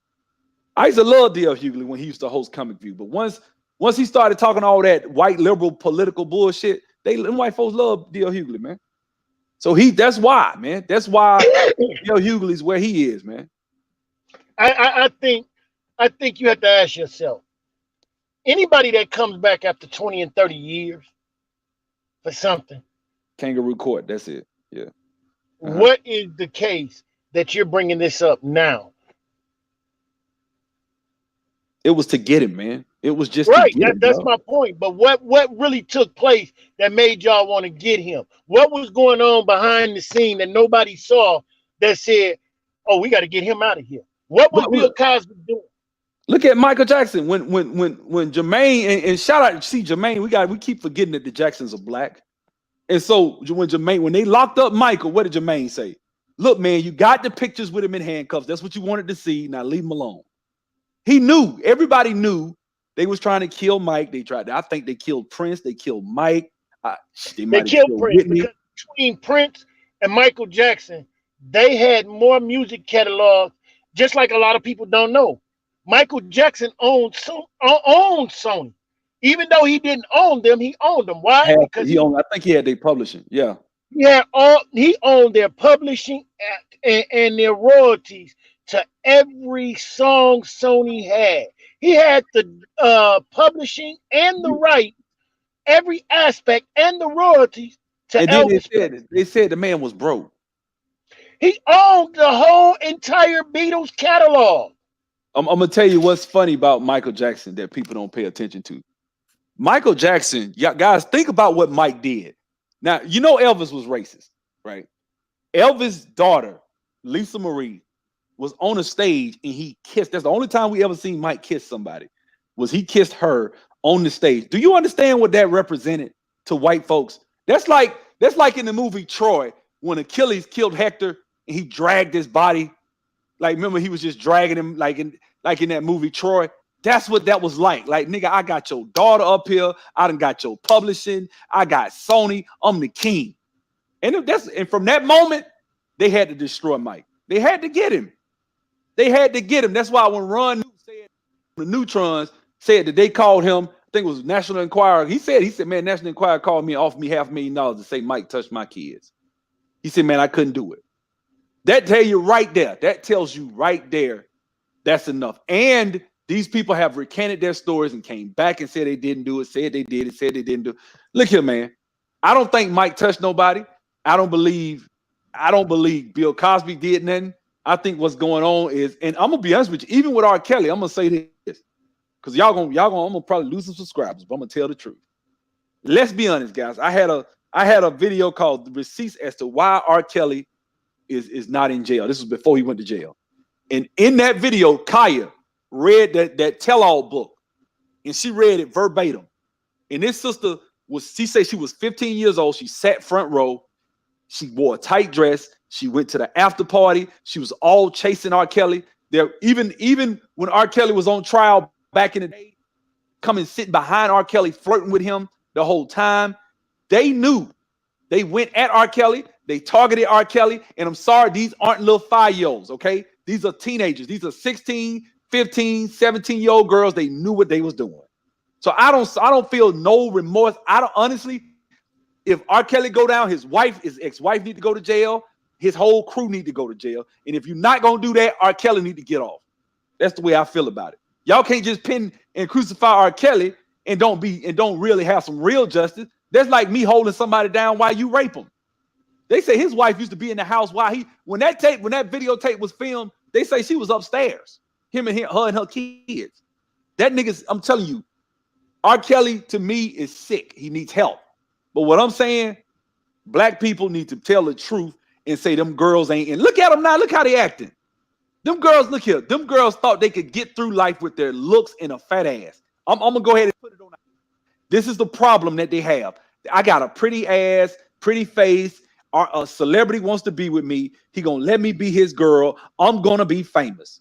And you wound up with herpes. And now your ass, now and you ain't got nothing but you ain't getting nothing but some hard dick. And now you mad at R. Kelly. Fast fail. You shouldn't have took your ass out there. That's the way I feel about it.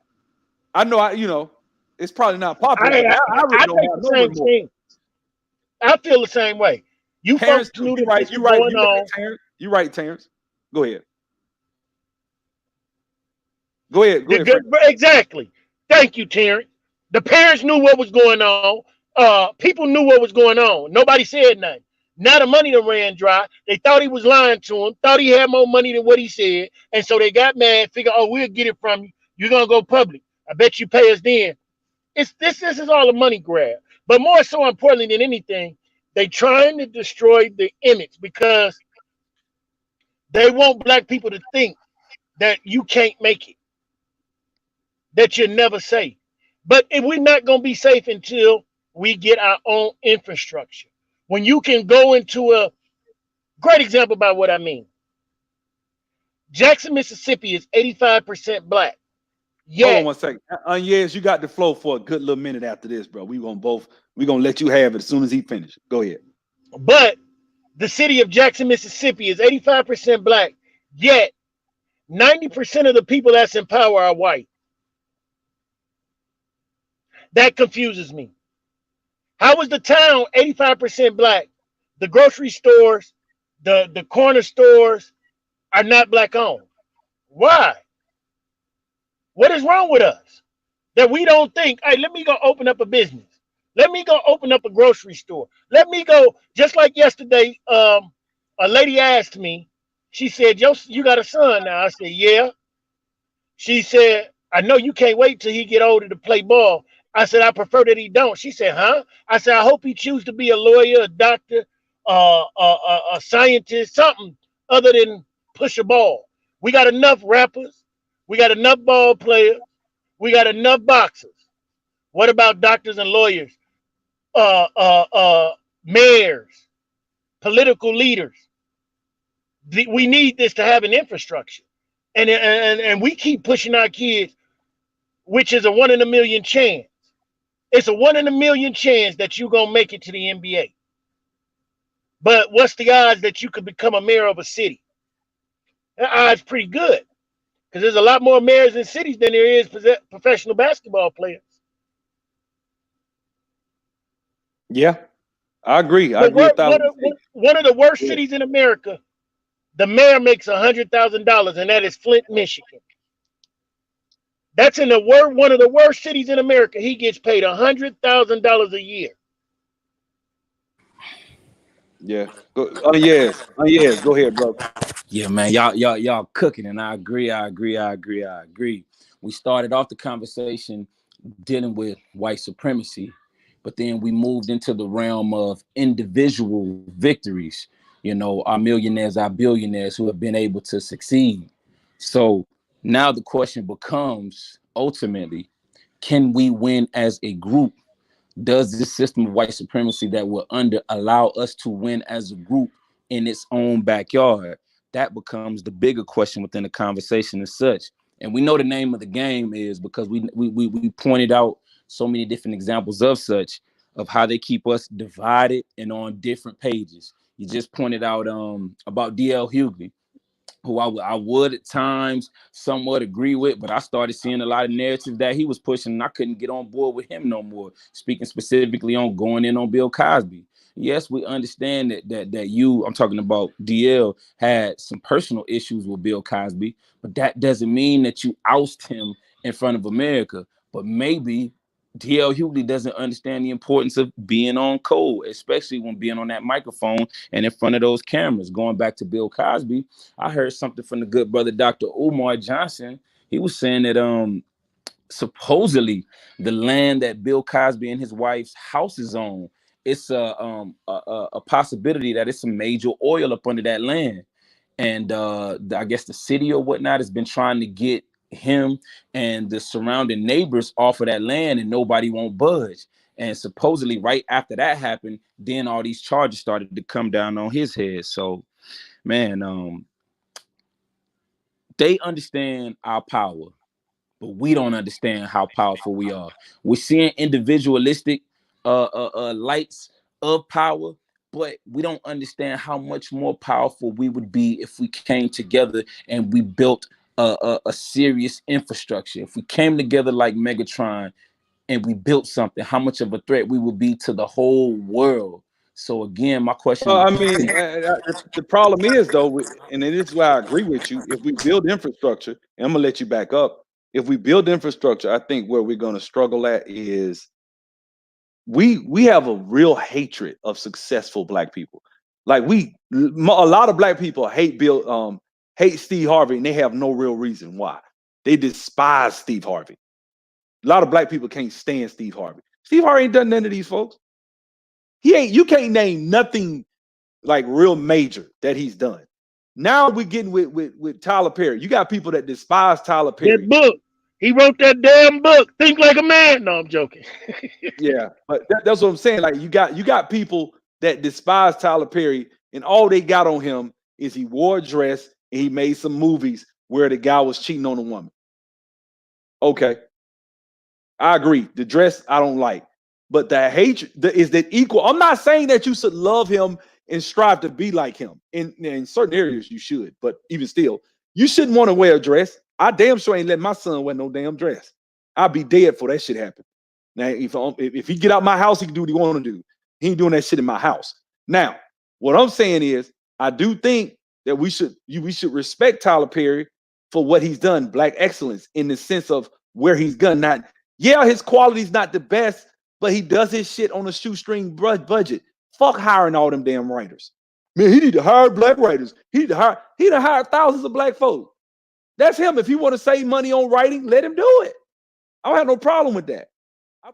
Is he's been successful enough to get a 300-acre studio, some shit he has never seen anybody do in this country. We can't name in recent memory anybody that did anything significant and did it on the level of what he's doing at. We hadn't seen that shit before. Neither has he probably. So for him to get at the level to where he can inspire Puff Daddy and Jay-Z and all these people to say, damn, I need to step my game up. He's in rare air right now. Nobody can come and tell that. Y'all, I don't think none of us can tell that, man. Go ahead, man. My bad. And yes, go ahead. No. You good. You good. I agree with you. I just wonder, within our reality, within our existence, can we ever really get our group back on board? A group that has went through something that no other group has been through, and we're continuously going through all of these psychological games that they're playing on us. You know, Anya, it starts with the root, and I hate to say it. I think that we can, but we got to deal with the media culture first. Hip hop, yes, the yes, music, the TVs, the movies, and until we address that, and maybe that is what Perry's trying to do, because with the reality shows and the music, it's kind of hard to tell somebody something when you got the savage on TV that's making yes. it. Mm-hmm. So I mean, hopefully he does address that issue. But the only way we gonna get on point, it has to start at a small level, uh, and then it has to build out. It had we I still think that we need to have us a city, and it needs to start like Tulsa, Oklahoma.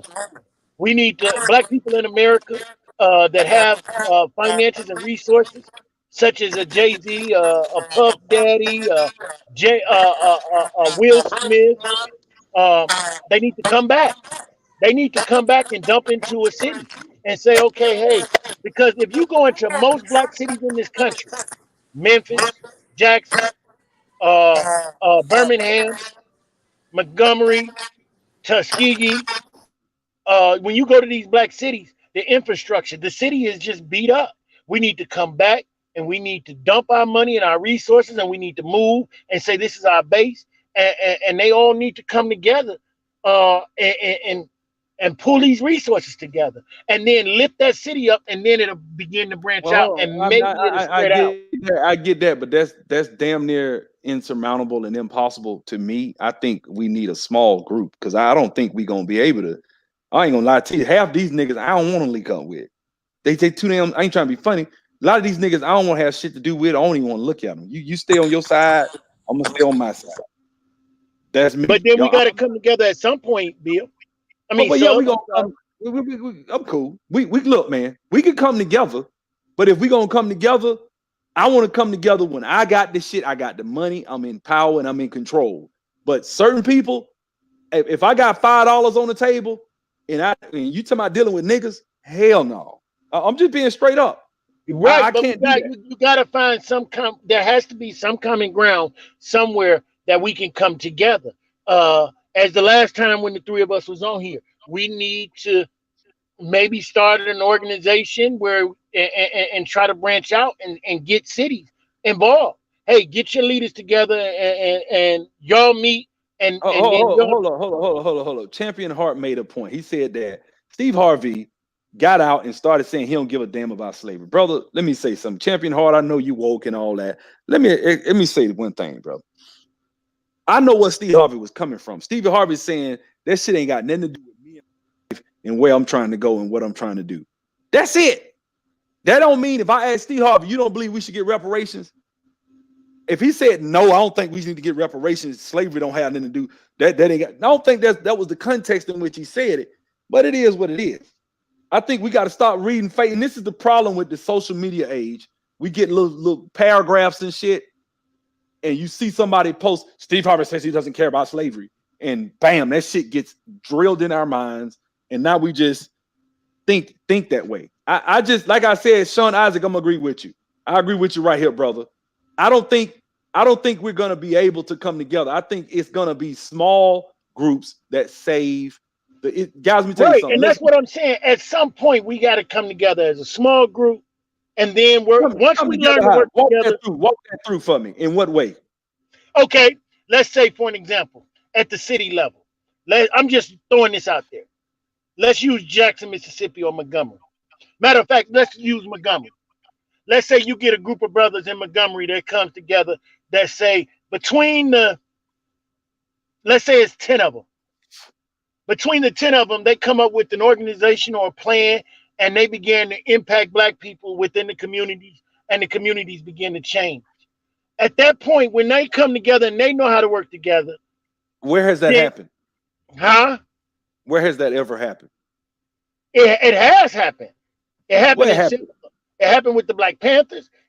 Hold on. And I chime in there when y'all ready, brothers. I know he want to get on this one. Let me say this right here. I think that I'm with you in unity. When Onyez, he says that a lot, we need to come together. I'm playing devil's advocate. I'm not being an asshole. What I'm saying is, I know for a fact I have tried to help. I have lost thousands of dollars. Niggas stabbed me in the back. But I haven't given up hope.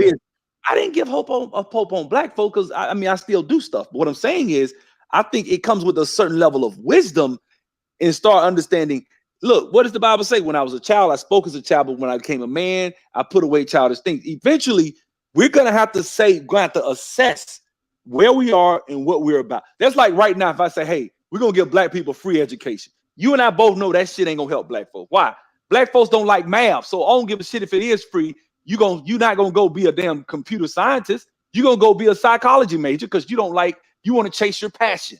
Dumb shit like that. And then what happens is you get out of school, you ain't got no student loan debt, but you got a meaningless degree that's just ain't worth the paper it's printed on. Right, but I'm saying, how do you come up with the infrastructure? Such as I think you come up with Okay, I think there are ways to do it where we can, but you have to be staunch separate first because you got niggas like them niggas that shot. You talking about Montgomery? Montgomery worse than Chicago. You talking about my part. I'm glad you said that. I'm from Montgomery, born and raised. Montgomery will get 75 murders a year like it ain't nothing. Montgomery, them niggas shot my mama house up. They shot Right, right, hold on, but let me stop. they shot what's the name them house up. They shot Zoe them house up. You know Zoe, the Yeah. internet. They shot their house. These are three people that I know that live in Montgomery, and they already Okay, got their house but let me shot up. ask you this. And you talking to a man that once thought like these niggas in the streets. I'm being honest. That's how I thought, because that's what I knew. You don't know better. You don't do better until you know better. So when I say come together, meaning that you got to open up the horizons to the people, because a lot of the times the stuff that you talking about, these niggas running around shooting and acting a fool, that's because some of them niggas ain't never been outside of their community. They ain't never left their zip code Yo, ever. why you screaming? Why you screaming, brother? Go ahead. They never You left. I'm scream. sorry. Go ahead, They man. never left Yeah. their community. They never left their zip code. So now when you open up somebody's horizons and start showing people uh how to make money in a different fashion, how to go about doing it, and you make it enticing to them, and you start showing people different ways, it starts small. It might start with one or two, but it'll branch out. I, I agree, brother, but let me say this right here. What I said earlier, I think it kind of got swept over. You got to get, it's like when the plane going down, and yes, you can go next. When a plane's going down, they say grab your oxygen mask and put yours on first before you can secure the next person. I've seen in times in my past where I wasn't wealthy. I was about to be a millionaire, but I wasn't. I tried to have niggas work with me. I tried to do shit for niggas won't even speak to me when they see me right now. The thing is, brother, I think that there comes a time where you need to be selfish at first so you can be unselfish. I'm a capitalist with compassion. I believe in, but you gotta first, before you go out and look out for I can't just go in the hood. Hey man, let me talk to you about them niggas don't want to hear that shit. Now if I say, hey man, uh, you want a job? Yeah, man, yeah. All right, man, go over here now. You're gonna have to wear this, you're gonna have to do this, you're gonna okay, bet how much it oh damn, that's good money. $20 an hour? Yeah, they'll come. I remember in Montgomery, they had Hyundai. Hyundai was hiring. Bro, they had what was it, 21,000 applicants for 800 jobs in Montgomery at the Hyundai plant. They was actually hiring 21,000 applicants. People want to work, they won't, but you can't. You got to be the guy that can sign in front of the check to help black folks. You can't come to black folks trying to give them some knowledge because there's always somebody in the room that think they got all the fucking answers. They smarter than you. You ain't gonna be able to get shit out. Go ahead, Onyez. My bad. There you go, brother. Wait a minute. There you go. Okay, yeah. So I gotta go back to quote Chris Rock on this one. When Chris Rock said, I love black people, but I can't stand niggas. I hate niggas. And I'm saying that to say so many of our people are so deeply invested in this toxicity and death and destruction and selfishness that when we talking about building, those have to be the ones that are left to the side or that are left behind, at least for now. And I think it's damn near impossible to build a new reality or a different infrastructure right here in America. I don't know where it has to be, whether in Africa, whether on an island somewhere, but it has to be away from this paradigm that's full of toxicity and distractions. And you have to get the right few minds. You have to take the right few minds there. You don't take everybody. And you have to understand that it's going to be about the next generation. It's not going to come from this generation. So now you have to say, okay, we about to birth these babies into a different reality where we're going to teach them about infrastructure and how to build a city, who are going to be the politicians, who are going to be your electricians, your this, your that, your this, your that. We're going to build up our own city with a different reality. We're going to set standards, rules, structure, regulations, our own police force. And then maybe, just maybe, we may decide to let some outsiders in, but they still have to qualify according to our standards to be able to come over here, because we're not just going to allow them just to come over here just because we love black people and allow them to just come and tear our shit up. Because we got to understand, our people have been taught to be destructive. It means nothing to build And a I house. agree with that. And that's why I say we need a city. And there's But cities hold on, hold all on, hold over on, hold on, hold on, America. hold on. But do we realistically think that the opposition will allow us to build liberation in his own backyard? They can't stop us. They stopped Tulsa, Oklahoma. Well, hey, hold on. Let me say this right here. You can look. I ain't saying they can't stop you. We can stop us. Yeah, And yeah. the problem is, I think the problem is when you start talking about, man, I can't even rent a house to these damn Planet of Eight niggas, man. You can't. I'm dead. You can't even rent a property to these You niggas. can't. You can't even drive down the street. You can't. My bad, bro. I'm gonna leave you muted. But it's a lot of shit. I can't even if I can't even drive down your street without you looking like you want to jump in the car and whoop my ass for just riding down your block. I ain't gonna do shit on a higher vibration level with a nigga like that. That's a nigga Exactly. I cannot join with. That's a nigga I can't build with. And franchise, you know exactly because we talk about this shit.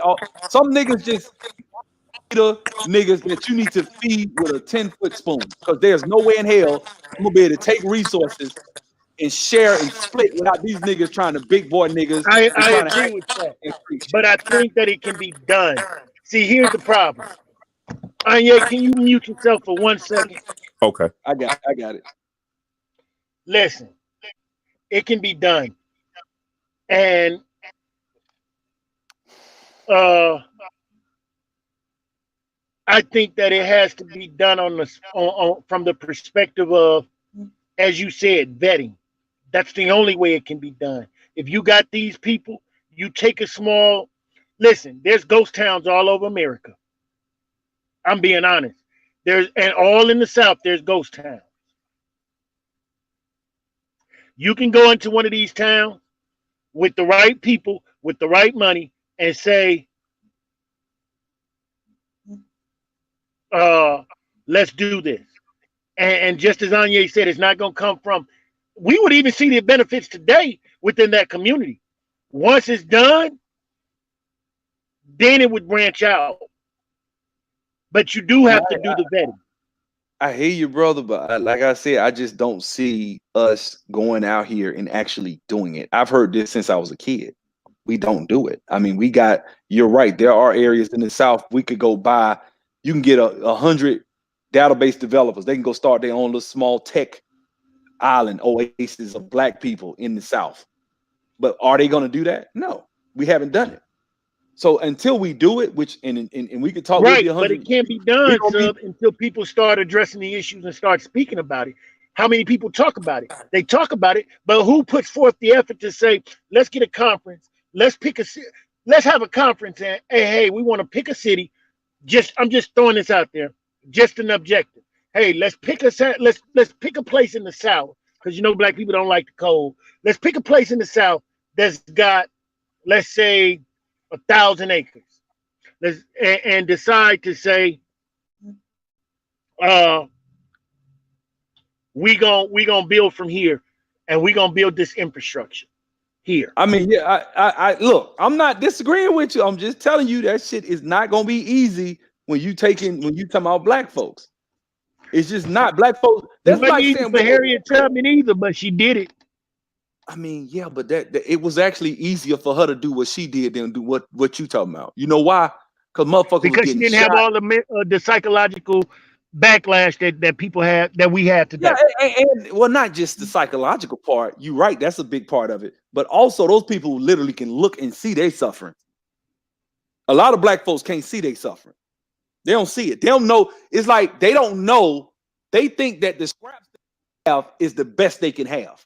I work for so and so, and I make 85,000. You run that motherfucker. You run the whole tech department. I've seen black people in Atlanta that have built billion-dollar corporations, whole database, they whole back end been built by one black guy. He run their whole shit by himself. They paying him 150,000. That's it. I'm like, man, this dude's so damn smart. He could go build this shit. I know another chick that worked up there, this other company I worked at over in Dunwoody. She built all the back end infrastructure, built every damn thing. She know that Right. code But like her here's the hand. problem. We She have will the not people leave that that. are we have the people that's empowered that have enough money to build an infrastructure to take them black people to do something, but they won't do that. But I mean, shit, man, ain't no one person. That's like if you got, all right, let's say you worth 200 million. All right, man, what you just said, 1,000 acres. Let's say, shit, I don't know, in the South, let's say it's cheap. You got to get people to come down. You got to get people to come live there. First of all, you got to basically spend your money because ain't nobody finna give you shit. Ain't nobody finna help you. So you just gonna have to go come up off. Let's say you worth $100 million. You're gonna have to come up off at least $2, $3, $4, $5 million just to get this shit started. Not to succeed, because that's just a drop in the bucket for you talking about building a city with inflation these days. You probably need at least $100 million to do what you're talking about. Now, are there black people that can get their hands on it? Yes. Are they gonna do it? They don't even see an incentive to do that shit because it's not like you talking about some shit that's all off the top is profitable. Why do that? I'm just telling you, I don't see it like that. What say you, Agnes? What you got, bro? See if I can. Damn, is it? Oh, he got off. He got off. Okay. Wait, All right. So now that brings up the even bigger question. Just speaking on the evolved group of people that we have become in 2020.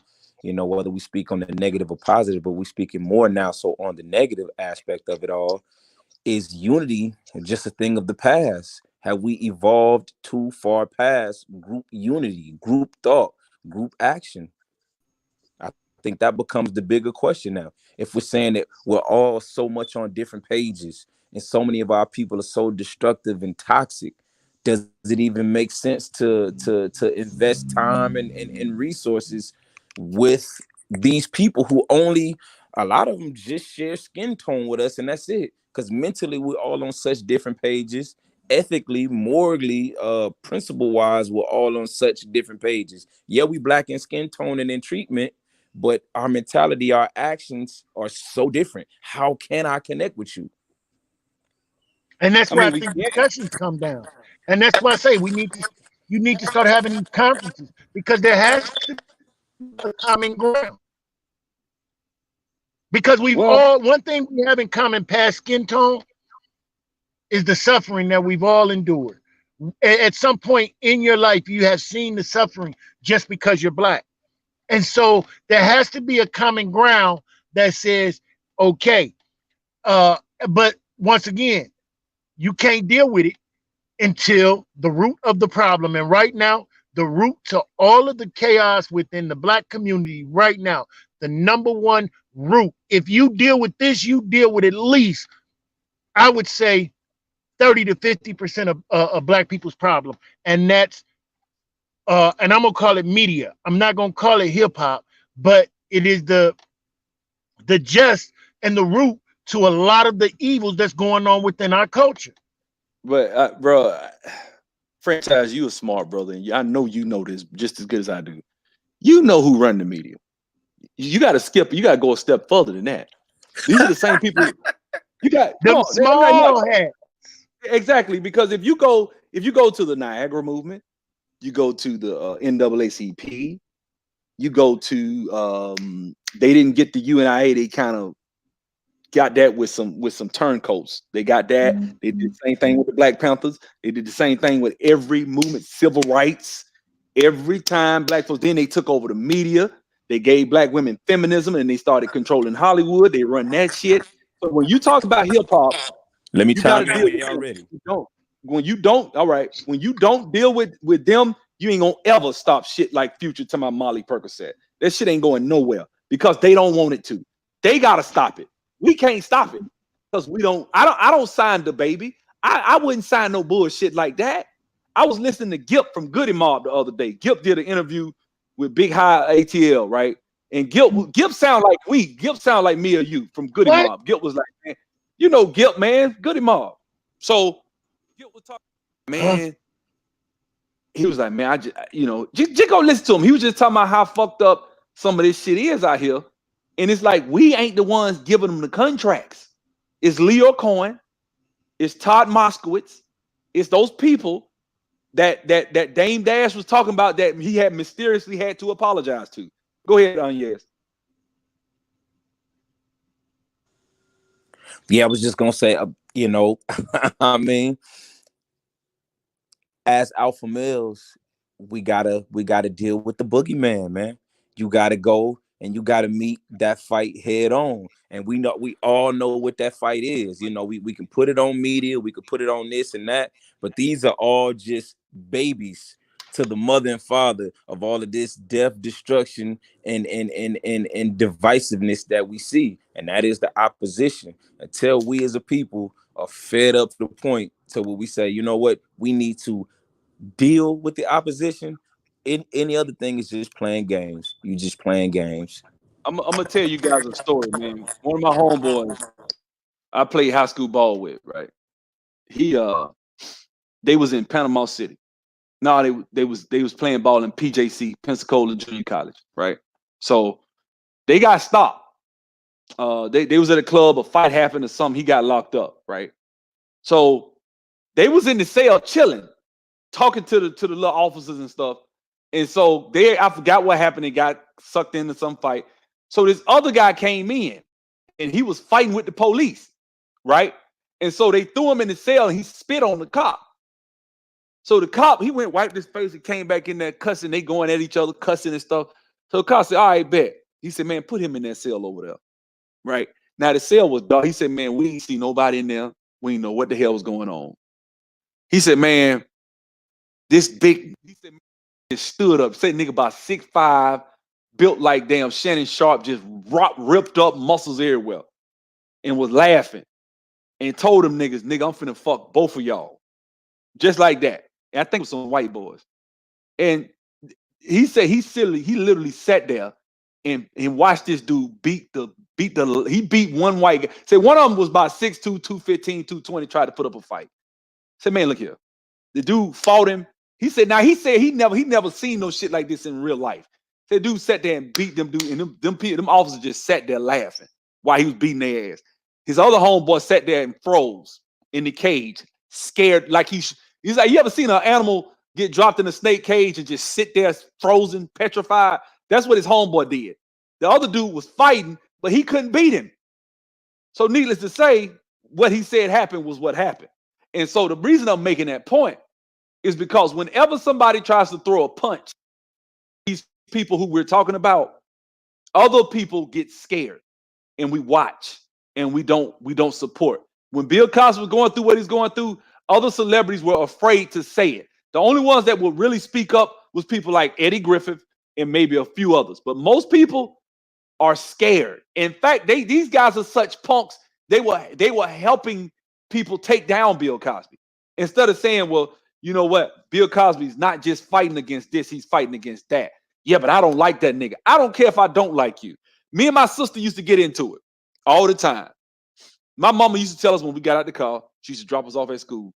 She said, one of y'all get in a fight and the other one don't jump in, I don't give a shit who it is. If you don't jump your ass in there, you get an ass whipping when you get home. I mean it. And so that's what my mom used to. I know that don't sound right. I know that's not fair, but that's how it is. I seen that shit. Like you get in a fight with somebody and the sibling come around, they don't give a fuck. They be winning. You getting your ass whooped by both of them. That's how family is. We don't have that. We do not have it. We will watch our brother get beat to death, and then we'll talk shit about him. Then when he dead, we'll say, man, white folks got it, man. White folks they got Bill Cosby. Where was all this support? These niggas weren't saying this shit when Bill Cosby was getting fucked up. They wasn't. Man, shit, man. Bill Cosby shouldn't have been. I remember that pound cake speech. I remember niggas said that. Man, he had that pound cake speech. What did Bill Cosby say that was so wrong in the pound cake speech? He aired our dirty laundry. No, nigga. You don't need to name your daughter Boomquisha. She might not get a job. Nigga, you need to comb your hair, pull your pants up. This basic shit. This dude is 75, 80 years old. Let me chime in up when you get a say. Okay. I'm just saying that's what people in their 70s, 60s, and 70s will tell you. What I remember when I was young and I would be playing basketball, and sometimes I have a drawstring on my shorts. If I don't tighten that string up on my shorts, it'll be down. So sometimes I be walking around, boy, pull your pants up. And you know, I wasn't a sagger for real, but sometimes they would be down low, and we wearing them big ass shorts like the Fab Five back in the day, and it was like, pull your pants up. Older people that didn't even know me, that wasn't even my parents, would tell me that shit, and I would do it. You see what I'm saying? It was a sense of family. It just was a different era. So that's what Bill Cosby represented to me. Go ahead, brother. Go ahead, Yes. Yeah, just to chime in on that, my sentiment was the same. People that went against Bill Cosby for, I mean, we got to really look at things on a deeper level. That's a rich black man. He didn't have to come back to all these black communities around the country to talk to the people, to try to lift up the people. He could have just said, you know what, I'm black, I'm rich. All I got to do is stay to myself. Let them get it on their own. But he came back. We got to look at that part. He chose to come back. He said, you know what, let me give my people some strategies to be able to be successful in this, to be able to come together. But we're such an emotional people, we got in our feelings and we say, oh, like you said, why is he talking about what we name our children? Why is he talking down on us? He's talking down on us because he's rich. Why he talking to us about pulling up our pants? That's how the old heads talk. And if you ever been around old heads long enough, that's why I thought that most of us that at least came from the South, that came up around our elders and respected our elders, would understand that more. That, hey, these how the elders talk to you. They don't mean no harm. That's love that they even coming to you and telling you what you need to know. Put your feelings aside and get the deeper message in it all and apply that to life. As simple as that. Hey, let me tell you something funny, man. Let me tell you something funny that I heard Les Brown say. Les Brown said when he was 5 years old. Les Brown is 75 years old. Les Brown said when he was 5 years old, he was at a white only fountain. He didn't know it at the time. Went up and got some water because he was thirsty down there in Miami. His mom came and tackled him. Don't you ever do that again. And commenced to beating him. Got him on the ground and was beating him. And he was like, Mom, what's wrong with you? And her eyes was like big as silver dollars, beating on him, right? And he said when his mom got finished, he looks up and it's this white cop that had his nightstick out behind him, laughing. That's right, you beat that nigga good. That way I don't have to beat him. And he said he walked off laughing. And he said his mom sat down and started crying and said, Son, I'm sorry. I apologize. I'm sorry. She said, Why did you do that? He said, because if I didn't do that and he hit you, I was going to have to fight him to the death and he was going to kill me. Or I was going to have to fight him. He was going to have to kill me to stop me if he'd have touched you. And I would probably be dead or in jail. And y'all would have been, she had adopted, Les Brown is adopted. She said you would have been, thrown in the system. And I love you guys too much to let that happen to you. Sometimes people do shit that you may think is something that's bad, and you gotta hear that person's perspective and see where they coming from. Now, I myself don't know if I could have beat my son like that. I would have probably got on to him. But I remember some years ago, back when Freddie Gray, when they was protesting, and the brother went out there and was throwing rocks, and the mom came and grabbed him and was beating on him, and everybody was like, "Man, she a coon. She's showing out for them white folks." Let me tell you something. If the cops had a shot his ass, you got sticks and rocks. They got drones, tanks, tear gas, shields, guns, everything, right? And you out there with a rock and some bottles, throwing them at them because you want to make an emotional stand. That is not smart, people. That's not intelligent. So his mom was like, I'm going to raise you and make sure you make it. So I'm going to beat on you and tell you don't do that no more and make sure you understand I don't want you out here doing that.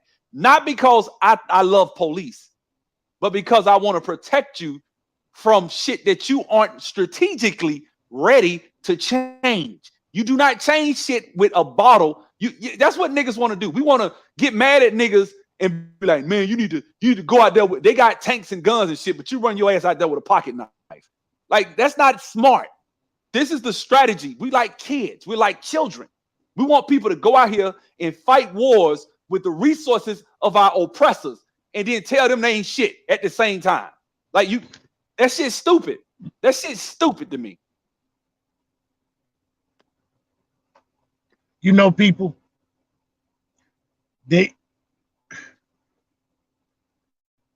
the level of commitment that it's going to take to achieve what we're talking about achieving is going to take a commitment, and it's going to hurt. Just bottom line, it's going to hurt. Now, the pulling up your pants and all that statement, that comes from the white infrastructure. Now, I'm not condoning having your pants down, but you should be able to name your child Boom Quisha and they get a job, because they don't just have to go to the white community to get a job. They can go within the black community and get a job. But that's where it takes our leaders right now to start building an infrastructure, a black infrastructure, a black business. And if they do that, Like then you can Tyler name Perry, your child Boom. like Tyler Perry. What you say? Tyler Perry probably hire somebody named Boom Quisha if she good. But guess what? Exactly. We shitting on him. I'm not shitting on him. I got his back 100%. Yeah, that's but what that's I'm what saying. I mean. Now we need someone else to come along, okay? Because now we can control the media. Now we need somebody to step up, go a little bit harder than Tyler Perry and say, you know what? I'm gonna get a distribution company. Yeah, but you know what? You got to have your Booker T. Washington before you can have your Malcolm X. Right. And what Tyler Perry represents right now, he's building infrastructure.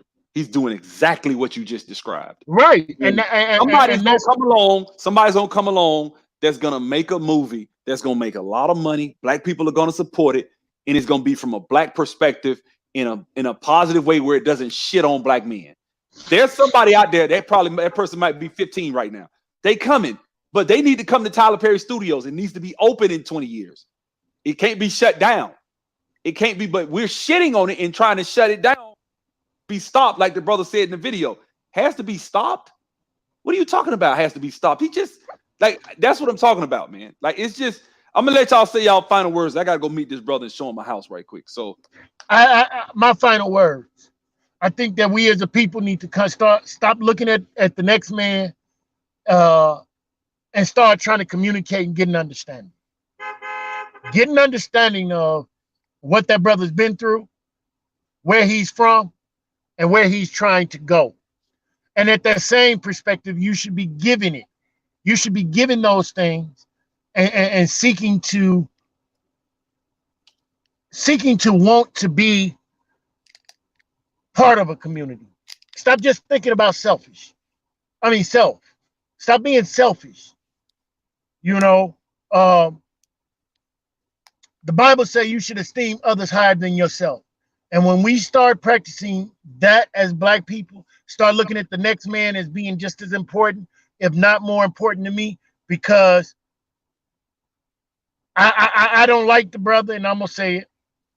You don't know who the next Barack Obama gonna be, and hopefully he don't do what a Barack did.